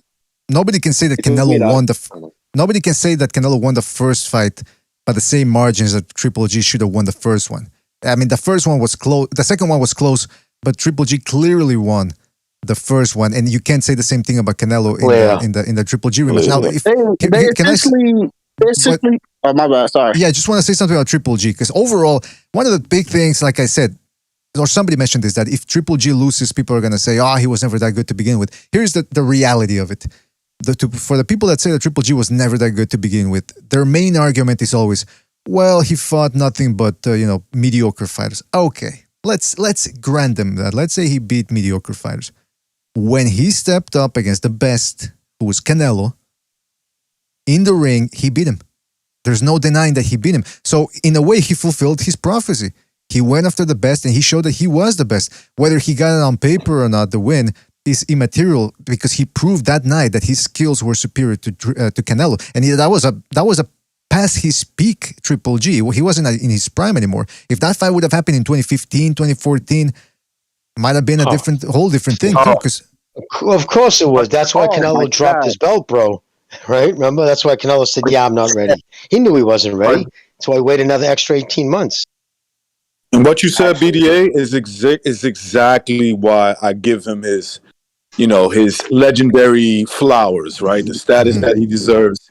Because in my opinion, he clearly beat him in the first fight and made an argument for at least a draw in the second fight. And Canelo, who has gone on to do great things, right, since the fight, how can you not say this guy's a Hall of Famer?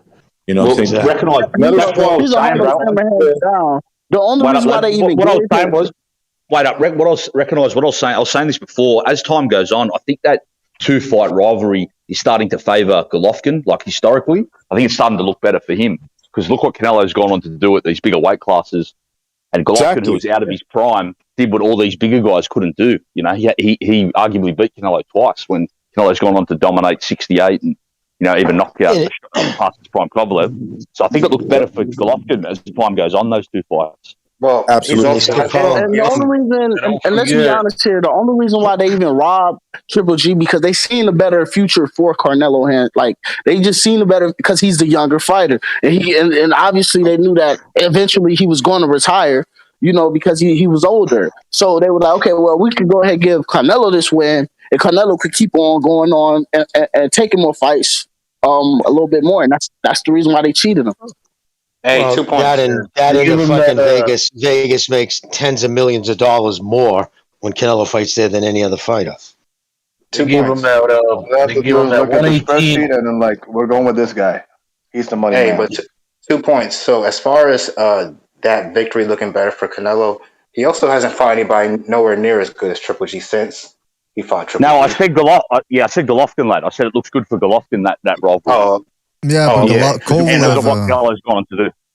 He did fight Kovalev, though. Let's not discredit the Kovalev. Oh, come on, stop it. That's a washed up Kovalev. No. One thing that I agree with people. It wasn't a Kovalev in his prime. I that's correct, but I don't understand why people are making it. He almost got knocked out by Yarde. Bro, nobody even asked for that fight, man. Nobody asked. He moved up, he got that fight. Listen, the point is, Triple G. When Tank, one second, let me respond. Remember when Tank moved up to fight Mario Barrios, and people were saying, "Oh, you just picked the weak champion at a high." Yeah, that's exactly what Canelo did with Kovalev, the weakest champion at 175. Yeah, but I think in that sense, though, I agree. Barrios was not even a champion. Yeah. He was holding a real belt. Kovalev was a champion. Who just said Kovalev wasn't even a champion? Who just said that? I said Barrios, not Kovalev. Oh, Barrios. But you got to remember though. Fucking Kovalev. All right, but you know what? Listen. Here's the point. Triple G. Because now we're getting into the whole Canelo Kovalev and Tank Davis thing, and we do have to go soon. Yeah. But Triple G, people got to give him his respect, man. That guy essentially fulfilled the prophecy, the Kazakh prophecy from the Caucasus Mountains. I don't even know if that's where the Caucasus Mountains are, but the point is, he actually he was always fighting the best, or tried to fight the best as well, and he did in entertainment fashion with skill. You can't ask more from a fighter than that. Yeah, I never remember any real drama from him, and I don't want to get into the whole Andre Ward thing. That he avoided supposedly Andre Ward, whatever. The point is, Triple G was good. Now tomorrow we've got Terrence Crawford taking on Sean. Let me give you another point of view, bro. Let me give you another point of view. Nah, LT, we gotta go. LT, we gotta go. We gotta go. We gotta go. Canelita. Save it for the next fight. Less than a minute. Save it for the next. Save it for the next episode. We'll set it up for the after show. You can go. You can go off. Caucasus Mountains. The Caucasus Mountains. That's literally all I came to say. Was that? Yeah. It's a real good fight. It's a couple good fights happening tonight. Well, there you go. That's why I corrected myself afterwards. I don't even know if that's where they are. But anyway, listen. Point is, we gotta go. You were close, though. You were close. So that's one at a time. Their Central Asian culture. There you go. All right. Thank you for correcting me or clarifying rather. Actually, BD, can I ask you a quick thing? No, we gotta go. Well, you can listen. You fellas can stay. You fellas. Oh man, jeez, Louise. You fellas. Just a legit question. How do you feel about him going at your own Montreal Stevenson? He called him Chicken Stevenson. Or whatever. I don't care. How did you feel about that? Did that hurt your feelings? No, Stevenson was a piece of. I mean, look, he had a horrible past. He called him a Donson chicken stick. All right, that's enough. Listen, I gotta go. I gotta go watch the zone fight, and I gotta take care of some other stuff. So, guys, you can stay here on the You guys can stay on the Discord here, but don't forget it's an open Discord, so anybody can come in and out. So watch what you say. Other than that, fellas, thank you for joining us. Thanks Really for having us, appreciate it. BDA. Thank you. Thanks for Jimmy. having us, man. Thank you, fellas. Thank you, fellas. Really appreciate it. Thanks, BDA. Shout out to La Rada. And take it easy.